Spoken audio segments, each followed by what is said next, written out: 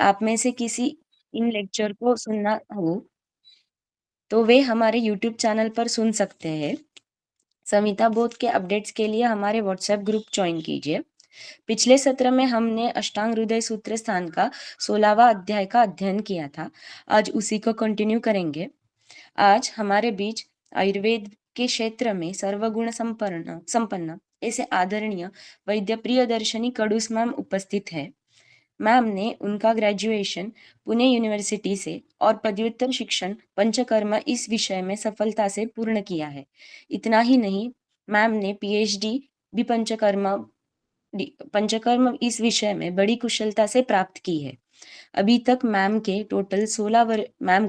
Total 16 वर्ष का academic experience है और उनके नाम पर अभी तक total 12 publications, 8 international and 4 national papers published है। मैम पिछले 22 सालों से अगस्ती आयुर्वेद कंपनी के डायरेक्टर पद पे कार्यरत है। She is a founder member of Agasti pharmaceutical Pune. ऐसे परिपूर्ण व्यक्तिमत्व वैद्य प्रियदर्शनी कड़ूस मैम, मैं आपका इस सत्र में स्वागत करती हूँ।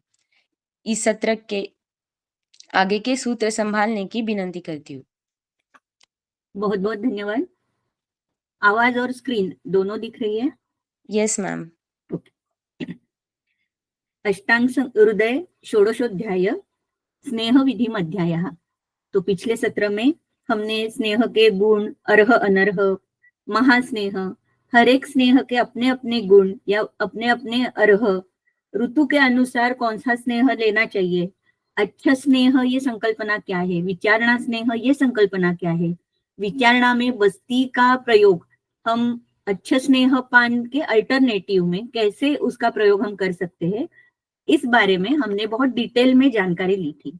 तो श्लोक नंबर 16 तक हम आए थे। आज श्लोक नंबर 17 से आगे स्टार्ट करते हैं स्नेह विधि अध्याय।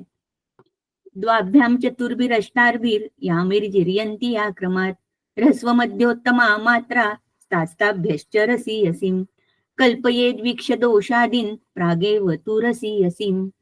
तो इसका मतलब है कि मात्रा कौन सी होनी चाहिए और मात्रा ये कैसे डिसाइड होती है, तो जरण काल के अनुसार डिसाइड होती है। तो द्वाभ्याम 2 याम, चतुर्भी 4 याम और अष्ट यानी 8 याम में पचने वाली ऐसी जो मात्राएं हैं ये रिस्पेक्टिवली ह्रस्व, मध्यम और उत्तम मात्रा है। तो अभी 1 याम इसका मतलब होता है 1 प्रहर और 1 प्रहर का मतलब होता है 3 तास, 3 आवर्स। अहोरात्र यानी 24 आवर्स ये उत्तम मात्रा है। अर्ध अहोरात्र यानी 12 आवर्स ये मध्यम मात्रा है और आधा दिन यानी कि 6 आवर्स ये है ह्रस्व मात्रा।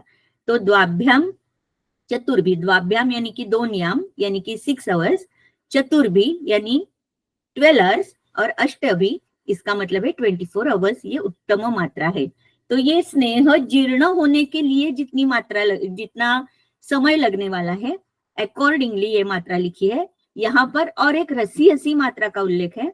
तो रसीयसी मात्रा का मतलब होता है ह्रस्व मात्रा से भी अल्प मात्रा। तो अगर ह्रस्व मात्रा हमारी द्वाभ्याम यानी कि 2 याम में पचने वाली अगर है तो उससे भी कम मात्रा ऐसी होनी चाहिए जो कि हम रसीयसी उसे कह सकते हैं।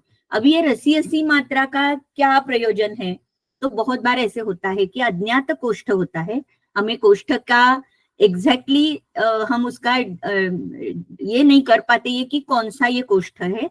ऐसा अगर हमारी ये सारी सिचुएशन है, अज्ञात कोष्ठ है, तो तब हमें रसीयसी मात्रा से शुरुआत करनी चाहिए। अभी रसीयसी मात्रा तो ये हम ये कह सकते हैं कि जो 1 याम में पचने वाली मात्रा है उसे हम रसीयसी मात्रा कह सकते हैं। अभी ये सारी जो मात्राएं हैं ये मात्राएं कैसे हम डिसाइड करते हैं, बाद में हम फिर से देखने वाले हैं कि ये मात्रा हम कैसे डिसाइड करते हैं जब हम शोधन के पहले शोधनांग स्नेहपान के स्वरूप में ये स्नेहपान करते हैं। लेकिन फिलहाल यहाँ पर जो है टीका में तो दोष, भेषज, देश, काल, बल, शरीर, आहार, सत्व, सात्म्य और प्रकृति ही वीक्ष। वीक्ष का मतलब है आकल्य। तो इसका मतलब है कि ये सारे जो यहाँ पर एक पॉइंट्स दिए हुए हैं, तो ये सारे देखने के बाद, इनका परीक्षण करने के बाद फिर हमें मात्रा डिसाइड करनी होती है। लेकिन मात्रा डिसाइड करने से पहले हमें रसी असी मात्रा से ही शुरुआत करनी होती है। तो ये यहाँ पर एक बहुत ही स्पेसिफिकेशन दिया है।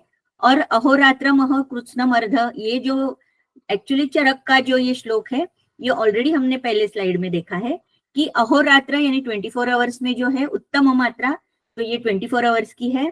कृत्स्नम अर्धाहम, तो इसका मतलब है कि अर्ध अहोरात्र यानी कि 12 घंटे, तो जिसे हम मध्यम मात्रा कह सकते हैं। और अर्ध अहम, इसका मतलब आधा दिन, इसका मतलब 6 घंटे, इसे हम ह्रस्व मात्रा कह सकते हैं। तो प्रधाना, मध्यमा, ह्रस्व, सबने उसी तरीके से कहा है। किसी ने अहोरात्र के स्वरूप में कहा है, किसी ने याम के स्वरूप में कहा है। तो वाग्भट में यहाँ पर याम के स्वरूप में कहा है कि 2 याम, 4 याम या 8 याम।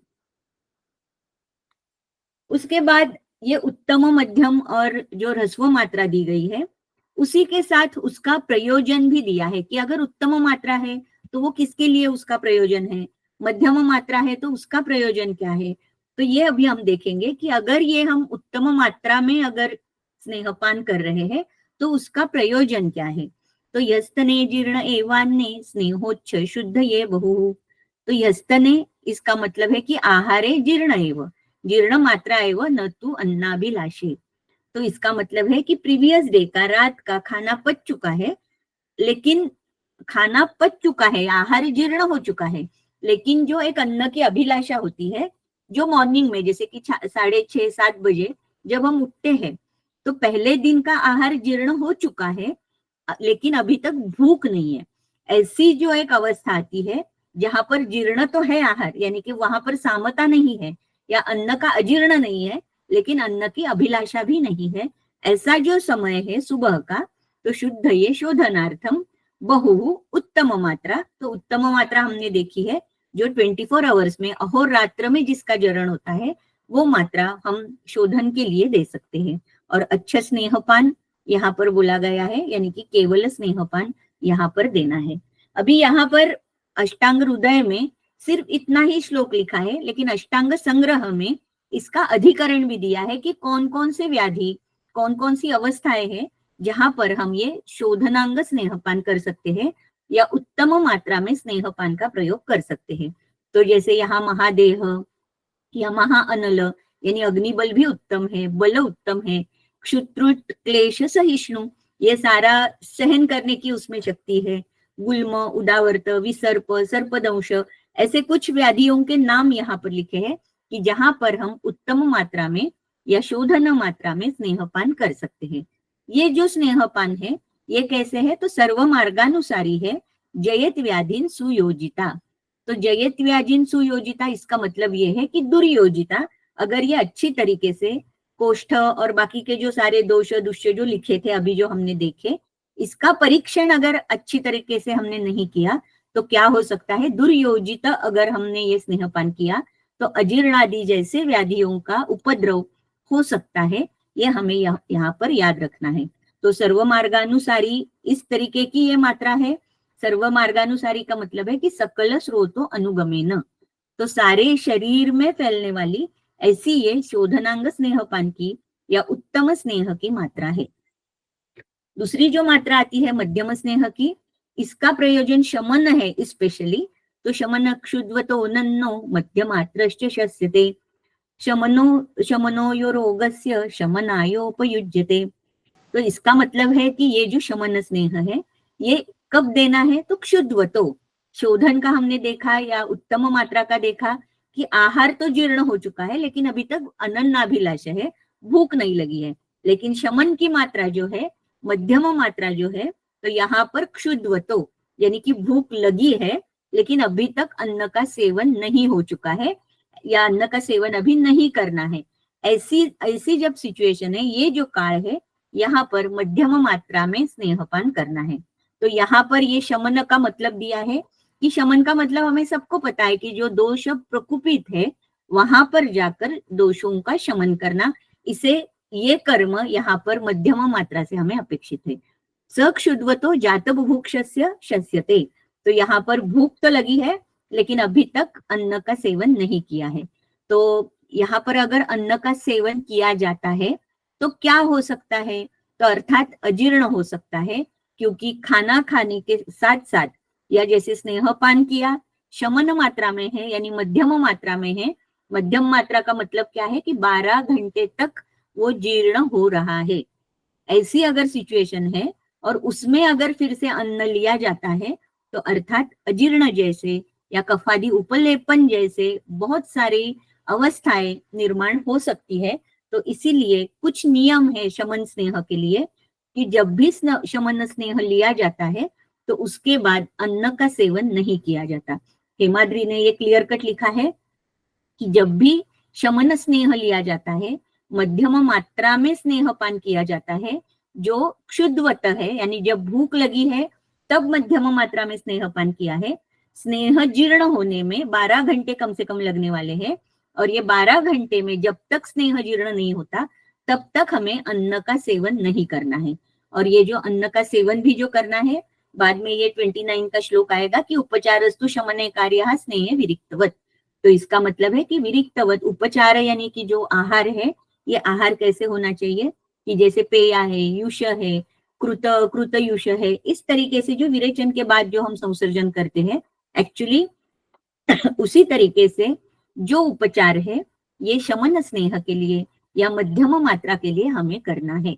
तो इसका मतलब जब भूख लगती है मध्यम मात्रा में स्नेहपान करना है, कम से कम 12 घंटे भूख नहीं लगने वाली, 12 घंटे के बाद जब भूख लगेगी तब उसके बाद पेया युष यवागु कृत अकृत इस तरीके का आहार हम ले सकते हैं।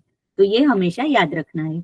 ये आहार जो है ये पचने के बाद जब फिर से क्षुद्वत होगा यानी फिर से जब भूख लगेगी तो फिर से यानी जात बुभुक्षस्य ऐसे जब सिचुएशन आएगी तो फिर से हमें शमन स्नेह लेना है। तो इस तरीके से ये शमन, जब तक दोषों का शमन नहीं हो रहा है तब तक इस तरीके का स्नेहपान अपेक्षित है। तो जैसे हमने देखा कि अष्टांग संग्रह में शोधन का अधिकरण आया था, उसी तरीके से यहाँ पर मध्यम मात्रा का भी अधिकरण आया है। तो मेहारू, पिटिका, कुष्ठ, वात शोणित या मृदु कोष्ठ, इस तरीके के कुछ कंडीशन है जो कि न बलक्षपणी, जिसकी वजह से बल हानि नहीं होगी लेकिन फिर भी दोषों का शमन हो सकता है। इस तरीके से ये मध्यम मात्रा है जिसकी वजह से कुछ व्यापद उत्पन्न होने के बहुत कम चांसेस है। इस तरीके के ये मध्यम मात्रा है। और ये जो मध्यम मात्रा है ये जैसे यहाँ पर लिखा है कि शोधनाय अलम पर्याप्ता, तो कभी कभी शोधन के लिए हम मध्यम मात्रा तक भी जा सकते हैं, नॉट नेसेसरी कि हमेशा हमें उत्तम मात्रा देनी है। तो ये मध्यम मात्रा तक का भी प्रयोग हम शोधन के लिए कर सकते हैं। तो जैसे कि मैंने कहा कि बहुत लोग ऐसे करते हैं कि जैसे कि फॉर एग्जाम्पल यहाँ पर 30 ml लिखा है कि हमें कैसे अज्यूम करेंगे कि 30 ml की जो मात्रा है ये 3 आवर्स में डाइजेस्ट हो रही है। तो 3 घंटे में अगर ये 30 ml डाइजेस्ट हो रही है तो वी कैन कैलकुलेट कि 120 ml मात्रा ये 12 आवर्स में इसका डाइजेशन होगा, जो कि मध्यम मात्रा का स्वरूप है। तो इस तरीके से फिर बाद में सम्यक स्निग्ध आने तक या 7 दिन तक कुछ लोग ऐसे 120 की मात्रा कांस्टेंट रखते हैं और 7 दिन के बाद अगर वोमन विरेचन जो भी करना है वो करते हैं। लेकिन अगर 30 से डायरेक्ट हमने 120 तक हम आ गए तो ये जो चरक का सूत्र है कि अगर हमने किसी मिट्टी के मृत पिंड पर अगर जैसे कि पानी वहां पर डाल देते हैं अगर हम, तो उसमें से बहुत कम पानी एब्सॉर्ब हो जाता है और बाकी का सारा पानी बह जाता है।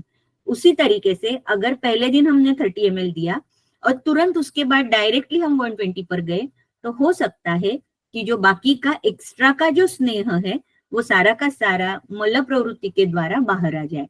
तो ये जो मेथड है ये पूरी की पूरी सही है ऐसे एटलीस्ट मुझे तो नहीं लगता। ये जो दूसरी मेथड है जहां पर 30 ml ये 3 आवर्स में डाइजेस्ट हो रही है, उसके बाद कैलकुलेट करके 60, 90, 120 यानी कि एक 3 आवर्स के लिए 24 आवर्स के लिए इस तरीके से ये 7 दिन का मात्रा अगर डिसाइड होती है तो ये और एक तरीका है विच इज पार्शियली करेक्ट। लेकिन ऐसे है कि ये हमेशा ऐसे नहीं होता कि 30 ml आपने दिया है वो 3 घंटे में डाइजेस्ट हो रही है मात्रा, लेकिन उसके बाद जो अग्नि दीप्ति होने लगती है आहिस्ता आहिस्ता, तो 60 ml में नॉट नेसेसरी कि वो 6 घंटे होंगे। यहाँ पर डबल डोज हुआ है इसके लिए ये अवर्स का डाइजेशन का पीरियड भी डबल हो जाएगा, ऐसे हम हमेशा नहीं कह सकते। तो इसीलिए डेली असेसमेंट हमें लगती है। इसीलिए ये जो थर्ड मेथड है कि जैसे कि 30 ml से हमने शुरुआत की है, हमने देखा है कि 3 आवर्स में उसका डाइजेशन हो रहा है, तो उसके बाद ये जो सारा असेसमेंट है, जो असेसमेंट के लिए जो अभी हमने बहुत सारे फैक्टर्स देखे, तो ये सारे फैक्टर्स रोज हमें रुग्ण में देखने होते हैं, रोज रुग्ण का परीक्षण करना होता है और अकॉर्डिंगली दूसरे दिन की मात्रा डिसाइड करनी होती है। लेकिन ये वर्धमान स्नेहपान होना अपेक्षित है। वर्धमान ये शब्द का भी प्रयोग किसी भी ग्रंथ में नहीं है, लेकिन फिर भी जहां जहां हमें ये क्लूज मिलते हैं वो लेने के बाद हमें हमें ये डिसाइड करना होता है कि दूसरे दिन की मात्रा कितनी होनी चाहिए। तो इस तरीके से ये जो 3 मेथड्स के द्वारा कुछ वैद्यों के द्वारा किया जाता है, तो उसमें से ये जो थर्ड मेथड है, ये मैं जिसका प्रयोग मैं मेरे क्लिनिक में करती हूँ, लेकिन कुछ 30 के बाद तुरंत 120 ml तक आते हैं, या जैसे कि 30, 60, 90 इस तरीके से कुछ बढ़ाते जाते हैं। तो मेरे ख्याल से जो राइट मेथड मुझे लग रही है, वो क्यों लग रही है, इसका एक्सप्लेनेशन मैंने देने की कोशिश की है। अभी जो तीसरा है, ब्रूहणो रस मध्याद्य ही सबक्तोल्प हितस्सचा, ऐसे आगे का श्लोक है, लेकिन यहाँ पर ये ब्रूहण स्नेह की मात्रा दी हुई है। तो जैसे हमने देखा था कि रस्व मात्रा जो है, ये रस्व मात्रा रस मध्य आदि, तो आदि का मतलब है कि जो भी ओदन आदि रहेंगे या अन्न पान जो है, उसी के साथ हमें ये ब्रूहण स्नेह लेना है।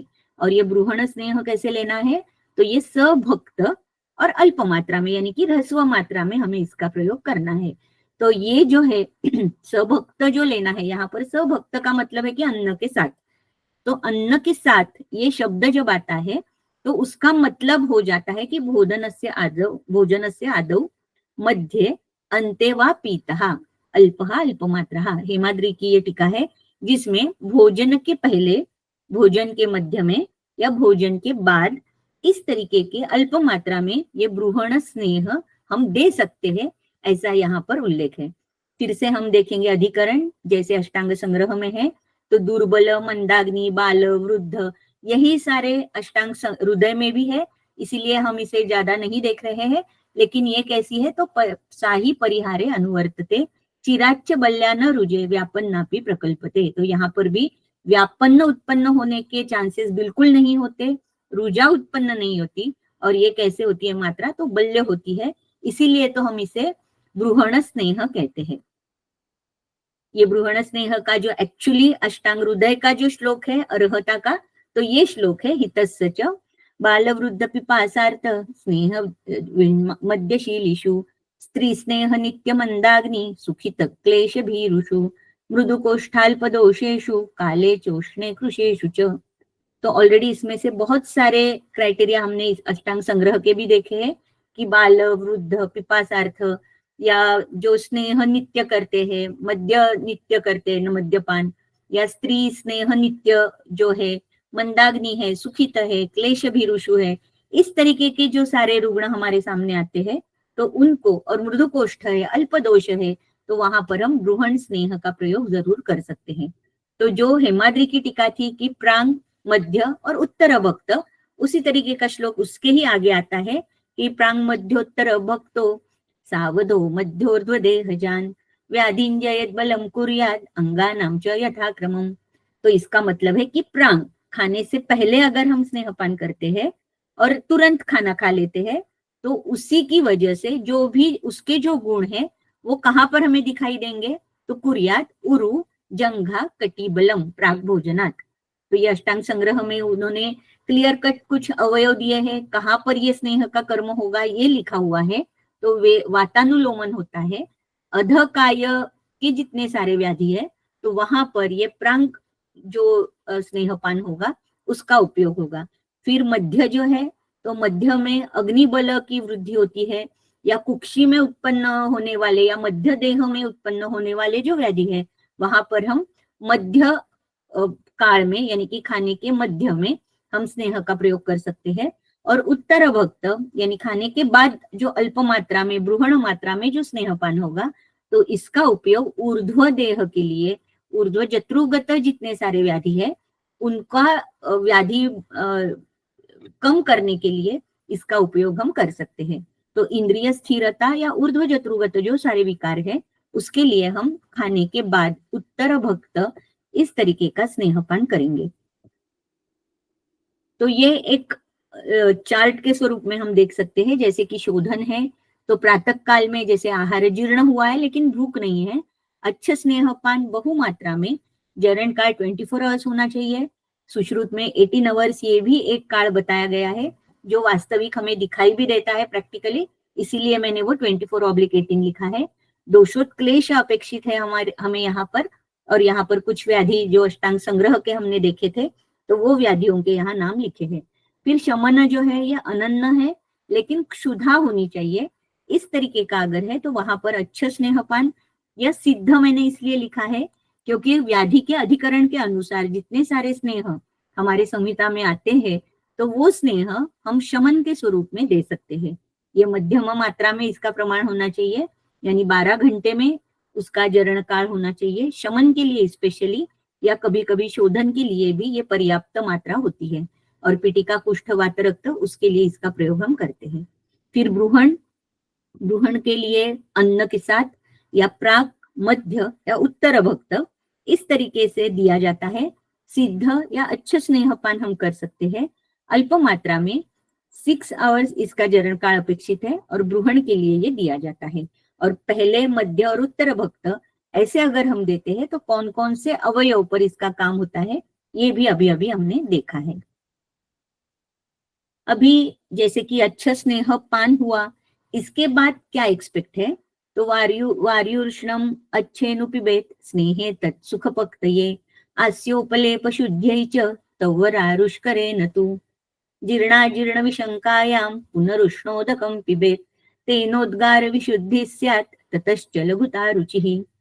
तो इसका मतलब है कि हमने स्नेहपान तो किया लेकिन उसके बाद वारी उष्णम, उष्ण वारी का पान करना है। क्यों करना है, क्योंकि जो भी एक पैच्छिल्य आस्य में जो उत्पन्न होता है स्नेह की वजह से, वो कम होने के लिए, यानी कि आस्य शुद्धि के लिए जो उपलेप लगा हुआ है उसकी शुद्धि होने के लिए गर्म पानी पीना वहां पर एक्सपेक्टेड है। लेकिन उसके लिए एक्सेप्शंस कौन है, तो तवर यानी तुअर का तेल और अरुष्कर यानी भल्लात का तेल, इसका अगर पान किया जाता है तो इसके बाद गर्म पानी ना पीना है, ना पिए, क्योंकि ऐसे है कि ये दोनों ही बहुत ही उष्ण वीर्य के हैं, इसीलिए इसके बाद शीत जल का पान किया जाता है। और ये सिर्फ अपवादात्मक है, अदरवाइज जितने सारे स्नेह हम लेते हैं उसके बाद उष्ण जलपान का ही विधान किया गया है। जीर्णाजीर्ण विशंकाया, यानी कि अगर ये जीर्ण है या अजीर्ण है स्नेह, ये जब हमें पता नहीं चलता तब हमें क्या करना है, तो पुनः उष्णोदकम पिबे, तो उसके ऊपर फिर से उष्णोदक पीना है। और उद्गार जो आता है, उद्गार ये अगर सिर्फ पानी का आता है यानी कि शुद्ध उद्गार आता है तो इसका मतलब है कि ये जीर्ण हो चुका है। और अगर ये उद्गार के साथ कुछ स्नेह का, अगर क्या कहूंगी, स्नेह की भी एक कुछ वहां पर जानकारी लगती है कि हाँ अभी ये स्नेह का ही उद्गार है, स्नेह का जो एक वास है उसे, उसी के साथ अगर ये उद्गार आता है तो ये समझ लेना चाहिए कि यहाँ पर अभी तक हमें भूख नहीं है।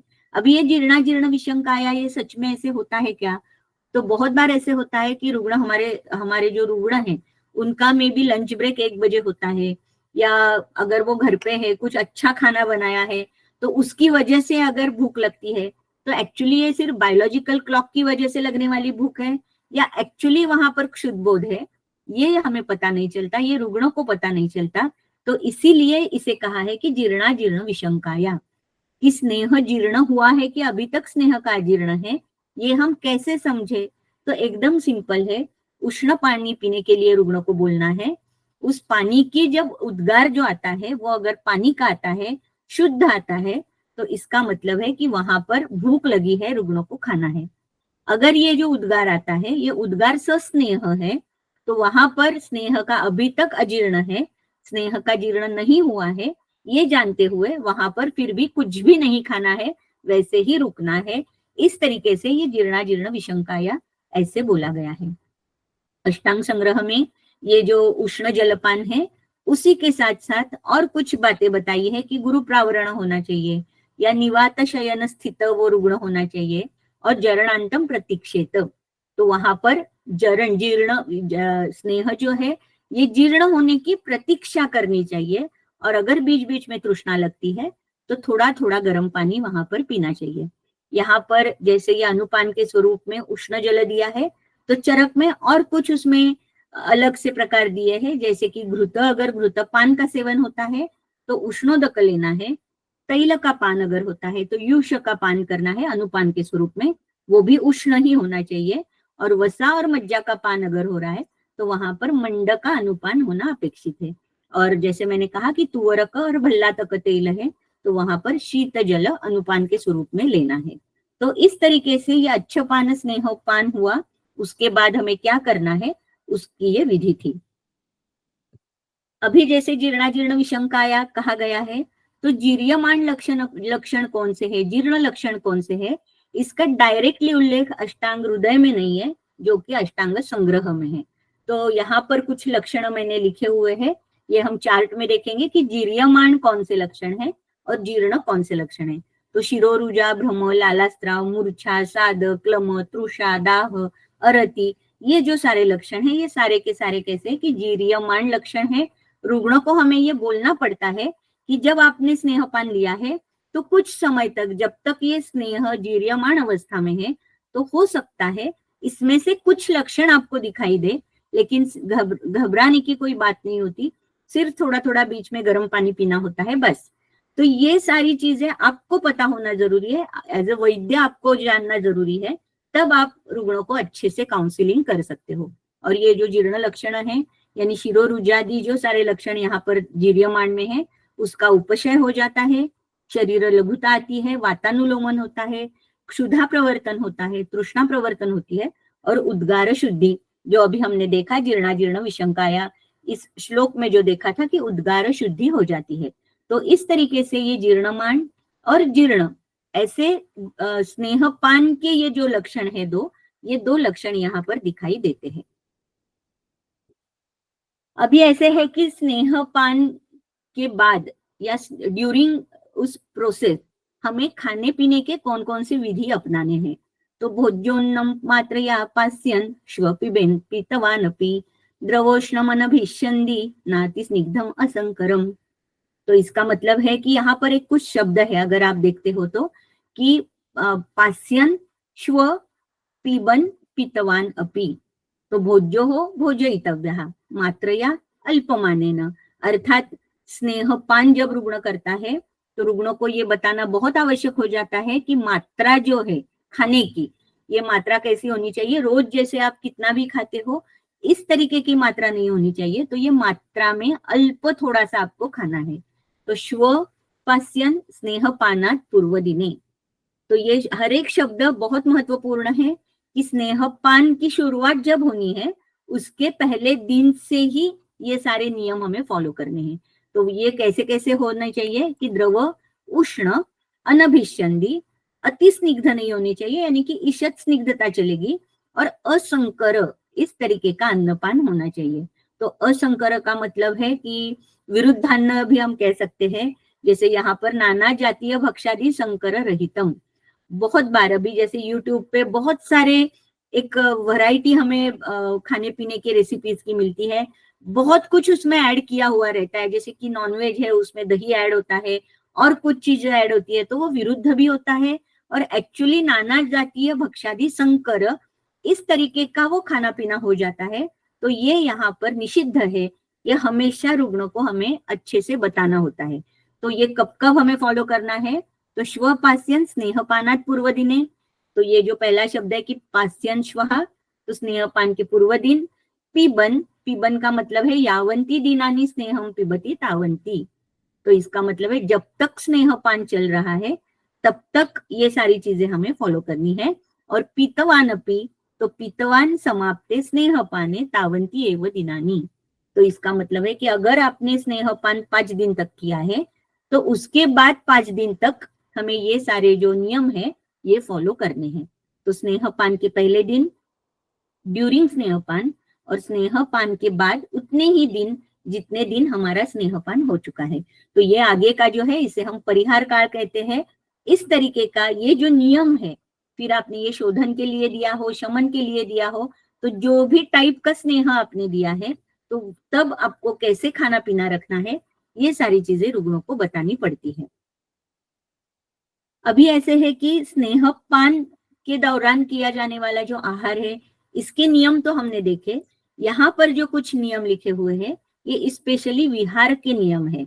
तो उष्णोदकोपचारी स्यात् ब्रह्मचारी क्षपाक्षयः, न वेगरोधी व्यायाम क्रोध शोक हिमातपान, प्रवातयान यानाध्व भाष्यात्यासन संस्थितिः, नीचात्युच्चोपधानाः स्वप्न धूमरजांसि च, यान्यहानी पिबेत्तानी तावन्त्यान्यान्यपि त्यजेत।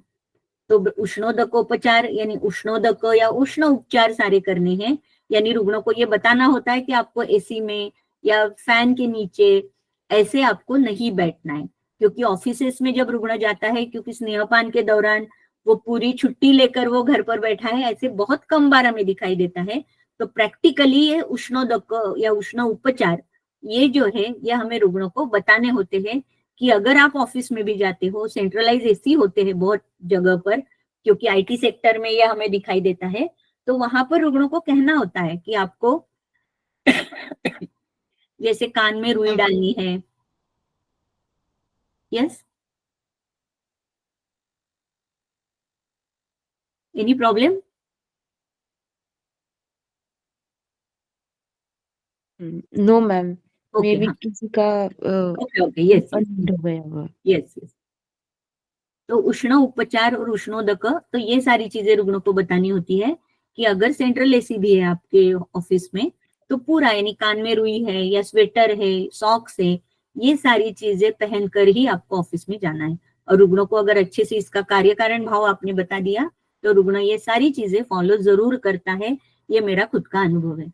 तो उष्णोदक उपचार, फिर ब्रह्मचर्य क्षपाक्षय का मतलब है कि रात्रि जागरण नहीं करना है, वेगावरोध नहीं करना है, या व्यायाम क्रोध शोक ये नहीं करना है, हिम और आतप या प्रवात इसका सेवन नहीं करना है। बहुत बार ऐसे होता है कि रुग्ण फोर व्हीलर से जाता है और फोर व्हीलर में भी एसी ऑन होता है। तो ये चीजें भी छोटी छोटी चीजें हैं प्रैक्टिकली, यानी कि अभी प्रवात या इस तरीके का भी शायद हम नहीं देख सकेंगे, लेकिन जैसे ये एसी का स्पेशली ये सारी चीजें हम अभी भी देख सकते हैं। तो ये रुग्णों को अच्छे से बताना बहुत आवश्यक हो जाता है। फिर यानायान अतिभाष्य, अभी अतिभाष्य हमें ऐसे लगता है ये कहाँ पर होगा, लेकिन जैसे कि अगर मीटिंग्स होती है, बहुत सारे अभी आईटी सेक्टर्स के पेशेंट्स हमारे पास आते हैं, तो उनकी मीटिंग्स एक के बाद दूसरी, दूसरी के बाद तीसरी, उनके प्रेजेंटेशंस होते हैं।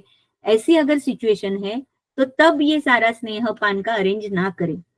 इसीलिए रुग्णों को पहले ही आपको बताना होता है कि हमें क्या क्या करना है, कौन कौन से नियमों का पालन करना है। तो ऐसे अगर आपने पहले ही प्रीवियसली ही रुग्णों को बता दिया कितने दिन एक ऑन एन एवरेज लगने वाले हैं, इसका अंदाजा अगर आपने दिया, तो रुग्ण अकॉर्डिंगली अपनी अपनी मीटिंग्स हो या कहीं उनको बाहर जाना होता है मीटिंग्स के दौरान, इस तरीके के, या दूसरे शहर में जाना होता है, इस तरीके का जो रूटीन उनका होता है, वो सारा रूटीन वो एडजस्ट कर सकते हैं। तो इसीलिए ये जो नियम है, ये बहुत इंपॉर्टेंट है। ये सारे नियम पहले वैद्य को पता होना जरूरी है, ताकि वो वैद्य रुग्ण को अच्छे से एजुकेट कर सके, और एजुकेशन की वजह से ये वो अच्छे से वो फॉलो करता भी है। लेकिन अगर उससे ही अच्छे से ये बताया नहीं जाता, तो ये सारा जो नियम है, ये नियम नहीं फॉलो किए जाते और उसकी वजह से कुछ व्यापन उत्पन्न होते हैं। तो अत्यासन या ऊर्ध्वतया अवस्थानम, हेमाद्री कहता है कि बहुत देर तक खडे रहना, या नीचे अत्युच्च उपधान यानी उशी आपण मराठीत ज्याला म्हणतो, तो वो बहुत बड़ी या बहुत छोटी पिलो नहीं लेनी है। दिवा स्वाप, धूम और रज का सेवन। तो इसमें से बहुत सारे हेतु ऐसे हैं जो कि वात प्रकोप करने वाले हैं, या हो सकता है कि कभी कभी स्रोतोरोध भी हो क्योंकि स्नेह पान चल रहा है। ऐसे अगर ये सारे इसकी वजह से कुछ व्यापद उत्पन्न ना हो, इसीलिए ये स्नेहपान के पहले दिन से लेकर स्नेहपान के दौरान और स्नेहपान के बाद जितने दिन स्नेहपान हुआ है, उतने ही दिन उसके बाद फॉलो किए जाने वाले ये सारे नियम हैं। अभी ये सारे नियम तो दिए हैं, अर्थात नियम जब आता है तो अपवाद भी आते हैं, तो उसी तरीके से कुछ अपवाद यहाँ पर लिखे हुए हैं कि सर्व कर्म स्वयं प्रायो व्याधि क्षीणेषु च क्रमः।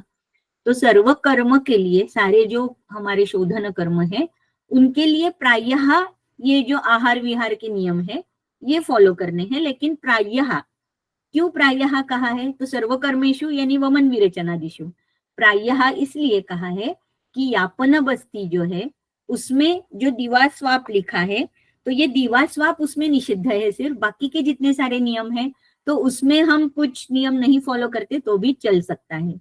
और दूसरा जो अपवाद लिखा है व्याधि क्षीणेषु च, तो व्याधि क्षीण में स्पेशली उन्होंने अतिसार का यहाँ पर उदाहरण दिया है कि अतिसार में दीवा स्वाप रुग्ण कर सकता है जब वो क्षीण है। तो इस तरीके से ये जो दो नियम है, नियमों के अपवाद है, ये यहाँ पर होने के लिए प्रायः सर्व कर्मेषु अयम ऐसे बोला गया है। इस श्लोक का एक्चुअली अर्थ हमने देखा था जब हमने शमन स्नेह देखा था, लेकिन यहाँ पर यह आगे श्लोक आता है उपचारस्तु शमने कार्य स्नेहे विरिक्तवत। तो जब हम शमन स्नेह पान करते हैं तो उपचार, इसका मतलब भोजन आदि विधि। एक मिनट है।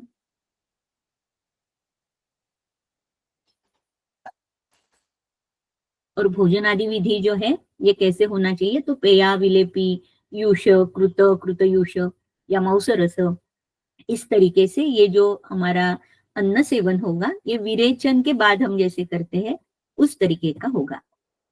तो अष्टांग संग्रह में ये भी और एक रेफरेंस आता है कि जो स्नेहपान के पहले, जैसे अभी हमने कुछ आहार के नियम देखे, तो उसी की तरह यहाँ पर उसके पहले मृदु भेषजम, मृदु औषध का सेवन किया जाता है ताकि अग्नि बलवान हो, अग्नि का दीपन हो और कोष्ठ में लाघव उत्पन्न हो। इस तरीके के ये अष्टांग संग्रह का एक रेफरेंस आता है। अभी ऐसे है कि हम विचारणा जब हमने देखी थी तब हमने ये काल मर्यादा के बारे में उल्लेख मैंने किया था कि 7 ही दिन का हम क्यों करते हैं, अनुवासन भी और अभ्यंतर स्नेहपान भी। तो उसका उत्तर, कुछ काल मर्यादा का उत्तर यहाँ पर देते हैं कि त्रयम अच्छम मृदौ कोष्ठे क्रूरे सप्तदिनम पिबेत सम्यक स्निग्धो थवा यावद अतः सात्म्यो भवेत परम। तो यहाँ पर अगर मृदु कोष्ठ है तो 3 दिन, मध्यम कोष्ठ का डायरेक्टली उल्लेख नहीं है, लेकिन क्रूर कोष्ठ का 7 दिन, इसीलिए मध्यम कोष्ठ का हम कहते हैं कि 5 दिन। तो 3 दिन, 5 दिन और 7 दिन ये स्नेहपान की काल मर्यादा है अकॉर्डिंग टू द कोष्ठ या एज पर कोष्ठ। अभी ऐसे हो जाता है कि 3 दिन मृदु कोष्ठ के लिए बताया गया है, लेकिन 3 दिन देने के बाद भी अगर हमें सम्यक स्निग्धता के लक्षण नहीं आते तो इसका मतलब है कि हमें रुकना है क्या, ये उसकी काल मर्यादा है क्या? तो ऐसे नहीं है। यावद्वा स्निग्ध लक्षणोत्पत्ति ही मृदौ क्रूरे च, तो इसका मतलब है कि जब तक हमें सम्यक स्निग्धता के लक्षण नहीं आते तब तक हमें ये स्नेहपान चालू रखना है। लेकिन कब तक? 7 दिनम, 7 दिन तक। तो मृदु कोष्ठ है तो मैक्सिमम ऐसे दिखाई देता है कि 3 दिन में हो जाता है, लेकिन कभी कभी ऐसे है कि 3 के बदले कभी कभी 4 दिन लग सकते हैं सम्यक स्निग्धता के लक्षण आने के लिए। तो अर्थात वो जो आगे स्नेहपान हमें करना है वो कंटिन्यू रखना है। अभी इसके बाद यहाँ पर जो कहा है कि यावत अतः सात्म्यो भवेत परम, तो 7 दिन के बाद भी अगर हम स्नेहपान चालू रखते हैं तो ये स्नेह कैसे हो जाता है? तो सात्मी भूत हो जाता है, सात्म्य हो जाता है। तो सात्म्य हो जाता है इसका मतलब है कि सात्म्य न कुरुते मलानाम उदीरणम। तो हम ये स्नेहपान क्यों करते हैं एक्चुअली? कि स्नेह का, दोषों का उदीरण हो, दोषों की गति शाखा से कोष्ठ में हो ताकि हम उसका शोधन कर सके। लेकिन अगर ये स्नेह 7 में हो जाता है 7 दिन के बाद, तो क्या होता है कि वो मलों का उदीरण करने में असमर्थ हो जाता है। फिर ये स्नेहपान करने का फायदा क्या है? तो कुछ भी नहीं। इसीलिए 3 दिन मिनिमम, 7 दिन मैक्सिमम, इस तरीके का ये जो काल दिया हुआ है ये काल मर्यादा है कि मैक्सिमम काल यानी 7 दिन तक हम स्नेहपान कर सकते हैं। तो मृदु कोष्ठ में 3 दिन अगर होता है, सम्यक स्निग्धता के लक्षण नहीं आते, तो 7 दिन तक आप स्नेहपान जरूर कर सकते हो। मध्यम कोष्ठ है 5 दिन में, उसमें सम्यक स्निग्धता के लक्षण नहीं आए तो अर्थात 7 दिन तक आप एक्सटेंड कर सकते हो। लेकिन अगर क्रूर कोष्ठ है और 7 दिन में भी आपको सम्यक स्निग्धता के लक्षण नहीं आते, तो आपको क्या करना है कि दिनम एकम विश्रम्य, एक दिन वहां पर विश्राम लेना है और फिर से आपको स्नेहपान की शुरुआत करनी है। अभी ऐसे होता है, ये यहाँ पर एक मैंने चार्ट के स्वरूप में दिया है कि क्रूर कोष्ठी रुग्णों को अगर 7 दिन में भी हमें सम्यक स्निग्धता के लक्षण नहीं आते तो विश्राम करना है 1 या 2 दिन का, ग्रंथ के अनुसार 1 ही दिन का। लेकिन प्रैक्टिकली ऐसे बहुत बार होता है कि जब 7 दिन रुग्णों ने स्नेहपान किया है तो 1 दिन रुककर तुरंत फिर से स्नेहपान करना ये रुग्ण के लिए थोड़ा सा मुश्किल हो सकता है। तो इसीलिए ये जो विश्राम है ये 1-2 दिन का आप दे सकते हो। और जो पुनश्च आपको उत्तम मात्रा में जो स्नेहपान करना है तो तब ये आपको ध्यान में होना चाहिए कि 7 दिन की लास्ट की हमारी मात्रा कितनी थी स्नेह की, और ये मात्रा देने के बाद भी अगर सम्यक स्निग्धता के लक्षण नहीं आ रहे तो इसका मतलब है कि जो भी आपको फिर से स्नेहपान करना है उसकी मात्रा बहुत ही अच्छी, यानी कि ये लास्ट डे की जो मात्रा है हो सकता है कि वो हमारी शुरुआत की मात्रा हो, फिर यानी कि नेक्स्ट जब आप स्नेहपान कर रहे हो तो उसकी शुरुआत की मात्रा ये लास्ट दिन की हो सकती है। इस तरीके से ये सारा सोच समझकर आपको उत्तम मात्रा में फिर से स्नेहपान का प्रारंभ करना होता है। अभी सम्यक स्निग्धता लक्षण ऐसे बार बार ये जो शब्द आता है तो उसके लक्षण कौन से हैं, कौन से लक्षण देखने के बाद हमें ये समझ में आता है कि हाँ अभी हमारा स्नेहपान पूरा हो चुका है। तो वातानुलोम्यम दीप्तोग्निर वर्च स्निग्धम असंवतम स्नेहोद्वेग क्लम सम्यक स्निग्धे, आगे रुक्षे विपर्ययः, ऐसा श्लोक है। तो यहाँ पर वातानुलोमन होता है, अग्नि प्रदीप्त होता है, वर्च जो है मल प्रवर्तन है, ये कैसे है कि स्निग्ध भी है और असंवत भी है।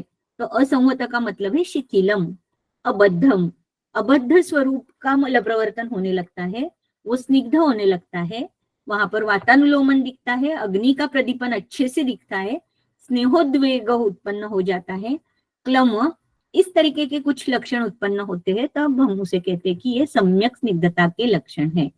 ये सम्यक स्निग्धता के लक्षण के साथ साथ अष्टांग संग्रह में ये अष्टांग हृदय के कुछ लक्षण है, यहाँ पर येलो में जो है ये अष्टांग संग्रह के लक्षण है, जैसे कि विमलेंद्रियता है, लाघव है, स्नेहोद्वेग तो यहाँ पर भी लिखा है लेकिन मृदु स्निग्ध अंग, ग्लानी, यहाँ पर क्लम लिखा है, यहाँ पर ग्लानी है।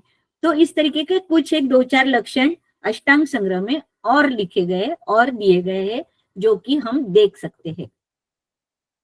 अभी जैसे कि ये सम्यक स्निग्धता के लक्षण आए, उसके तुरंत बाद अस्निग्ध के लक्षण आते हैं, जैसे रुक्षे विपर्ययः। तो इसका मतलब है जो सम्यक स्निग्धता के लक्षण है उसके एग्जैक्टली अपोजिट जो लक्षण दिखाई देंगे वो सारे के सारे अस्निग्ध के लक्षण होंगे। तो वात यहाँ पर अनुलोम हो रहा है, यहाँ पर प्रतिलोम है, अग्नि की दीप्ति अच्छे से नहीं होती, मल जो है ये घन स्वरूप या रुक्षता उसमें होती है, स्नेहोद्वेग, क्लम, ग्लानी या मृदु अंग, ये सारे लक्षण वहां पर नहीं दिखाई देंगे। त्वचा में भी एक प्रकार की रुक्षता वैसे की वैसी रहेगी। तो ये अस्निग्ध लक्षण है, रुक्षे विपर्ययः, यानी स्निग्ध के विपरीत जितने सारे लक्षण हैं ये सारे रुक्ष में दिखाई देते हैं या अस्निग्ध में दिखाई देते हैं। अति स्निग्ध लक्षण में अति स्निग्ध हेतु पांडुत्वम घ्राण वक्त्र गुदस्रवः, तो ये जो स्त्राव है ये कहाँ से आते हैं, तो घ्राण से है, वक्त्र से है, मुख से है या गुद से है, इस तरीके से स्त्राव उत्पन्न होते हैं या पांडुत्व वहां पर त्वचा में दिखाई देता है। इस तरीके के कुछ लक्षण अति स्निग्धता में आते हैं। अष्टांग संग्रह में इसी के साथ साथ कुछ और दिए हैं, जैसे कि गुददाह है, अरुचि है, छर्री है, मूर्छा, तृष्णा, प्रवाहिका या शुक्तोद्गार, भ्रम, श्वासकास, इस तरीके के कुछ अतिरिक्त लक्षण या अति स्निग्ध लक्षण में दिए हुए हैं अष्टांग संग्रह में।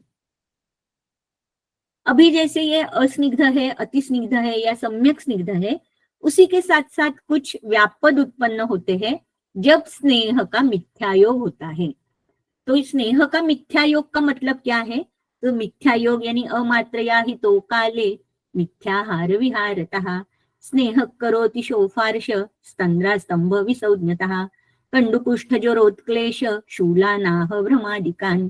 तो ये सारे लक्षण ये व्यापक स्वरूप आते हैं, लेकिन क्यों आते हैं, तो अमात्रया, यानी कि आपको जो मात्रा जो डिसाइड करनी है, जो अभी हमने 3 अलग अलग प्रकार से स्नेह पान की मात्रा हम कैसे डिसाइड करते हैं, ऐसे 3 चार्ट मैंने आपको दिखाए। तो उसमें अगर आपने दोषादि का जो आकलन करके जो आपने मात्रा डिसाइड करनी थी, वो अगर उसमें कुछ गलती होती है तो अमात्रा में, यानी अतिरिक्त भी हो सकती है मात्रा या कम हो सकती है, तो इस तरीके से ये मात्रा अमात्रा है। अहित यानी कि जो भी स्नेह वहां पर एक्सपेक्टेड है, तो वो स्नेह वहां पर ना देते हुए कुछ अलग सा स्नेह दिया गया, तो भी इसे हम कहेंगे अहित या काले, यानी कि अकाले। जिस काल में ये स्नेहपान करना है वो काल छोड़कर अगर कुछ अलग से काल में, जैसे यहाँ पर सिर्फ ये शोधन के लिए मत सोचना। काले का मतलब होता है जैसे अगर हमने शमन स्नेह हमें करना है और शमन स्नेह भूख लगने के बाद करना है, तो भूख लगने के बाद इंस्टेड ऑफ दैट अगर आपने खाना खाया और स्नेहपान भी किया, तो क्या हो सकता है, मात्रा वहां पर मध्यम मात्रा है, तो अकाल ये स्नेहपान किया जाता है, तो उत्क्लेश हो सकता है या स्रोतोरोध हो सकता है। ऐसी कुछ सिचुएशन यहाँ पर दिखाई दे सकती है, तो उसी की वजह से कुछ व्यापन उत्पन्न होंगे। फिर मिथ्या, मिथ्या आहार और मिथ्या विहार, तो हमने आहार विहार के नियम देखे, ये अगर फॉलो अच्छे से नहीं होते तो क्या हो सकता है कि व्यापद उत्पन्न हो सकते हैं। तो इसका मतलब है कि वैद्य प्रमादकृत हो सकते हैं, रुग्ण प्रमादकृत हो सकते हैं, या परिचारक के प्रमाद के वजह से भी हो सकता है, या द्रव्य वहां पर अगर गलत द्रव्य दिया जाता है तो उसकी वजह से भी ये सारे व्यापद उत्पन्न होते हैं।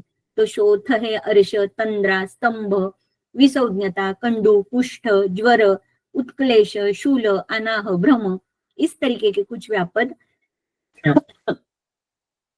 हमें दिखाई देते हैं। उसमें से जैसे कि शूल है, अनाह है, भ्रम है, उत्क्लेश है, ज्वर है, ऐसे कुछ व्यापद ऐसे है कि जो तुरंत दिखाई देते हैं। और अर्श, शोथ, कंडू, कुष्ठ, ऐसे कुछ व्यापद है जो कुछ समय पश्चात हमें दिखाई देने के चांसेस होते हैं। अष्टांग संग्रह में इसी के साथ साथ कुछ और लक्षण या और कुछ व्यापद दिए हुए हैं कि जठरेंद्रिय दौर्बल्य, जाड्य, आम, या बाकी के जो आग्रह वगैरह, ये जो बाकी के सारे जो एडिशनल है, तो ये व्यापद अष्टांग संग्रह में दिए हुए हैं। ये व्यापद के साथ साथ अष्टांग संग्रह में और एक यानी कि स्पेसिफिक जिसका उल्लेख है वो है अतितृष्णा। तो अगर रुग्ण कैसा है कि पित्त प्रकृति का है और स्नेह विभ्रम वहां पर हो चुका है, अग्नि की सिचुएशन ऐसी है कि जो तीव्रतर अग्नि है, तो उसी की वजह से ये अग्नि क्या करता है कि ओज को आवरित कर देता है, स्नेह का पाचन भी करता है लेकिन ओज का आवरण भी करता है, और उसी की वजह से ज्वरादि महारोग और उसी के साथ तृष्णा, अति तृष्णा, ये लक्षण उत्पन्न हो जाता है। तो अगर ये पित्त प्राधान्य होने वाली तृष्णा है तो शीत उपचार करना है, और कफ या वातज अगर तृष्णा है तो वहां पर वृक्ष अन्न सेवन या छर्दन, इस तरीके की चिकित्सा वहां पर की जाती है। तो ये एक स्पेसिफिक लक्षण अष्टांग संग्रह में आता है, तो वो स्नेह व्यापद के अंडर ही था, इसलिए यहाँ पर मैंने दिखाया है। अभी स्नेह व्यापद अगर होता है तो स्नेह व्यापद होने के बाद उसकी चिकित्सा कौन सी होगी, तो क्षुतृष्णोल्लेखन स्वेद वृक्षपानान्न भेषजम तक्रारिष्ट खलोद्दाल यवशामाक को द्रवम पिप्पली त्रिफलाक्षौद्र पथ्या गोमूत्र गुकुलु यथा स्वम प्रतिरोगंच स्नेह व्यापदी साधनम।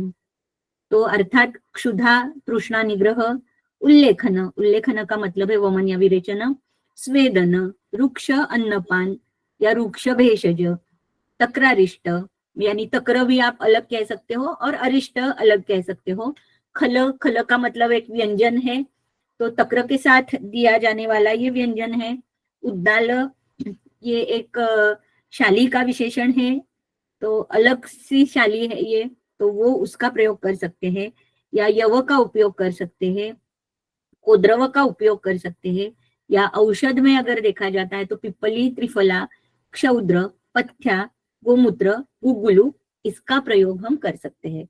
तो ये सारे स्नेह यानी स्नेह का व्यापद अगर उत्पन्न होता है तो इसका मतलब है कि कहीं ना कहीं अतियोग के बहुत सारे लक्षण दिखाई देंगे, तो हमें वहां पर रुक्षण चिकित्सा करने की आवश्यकता है।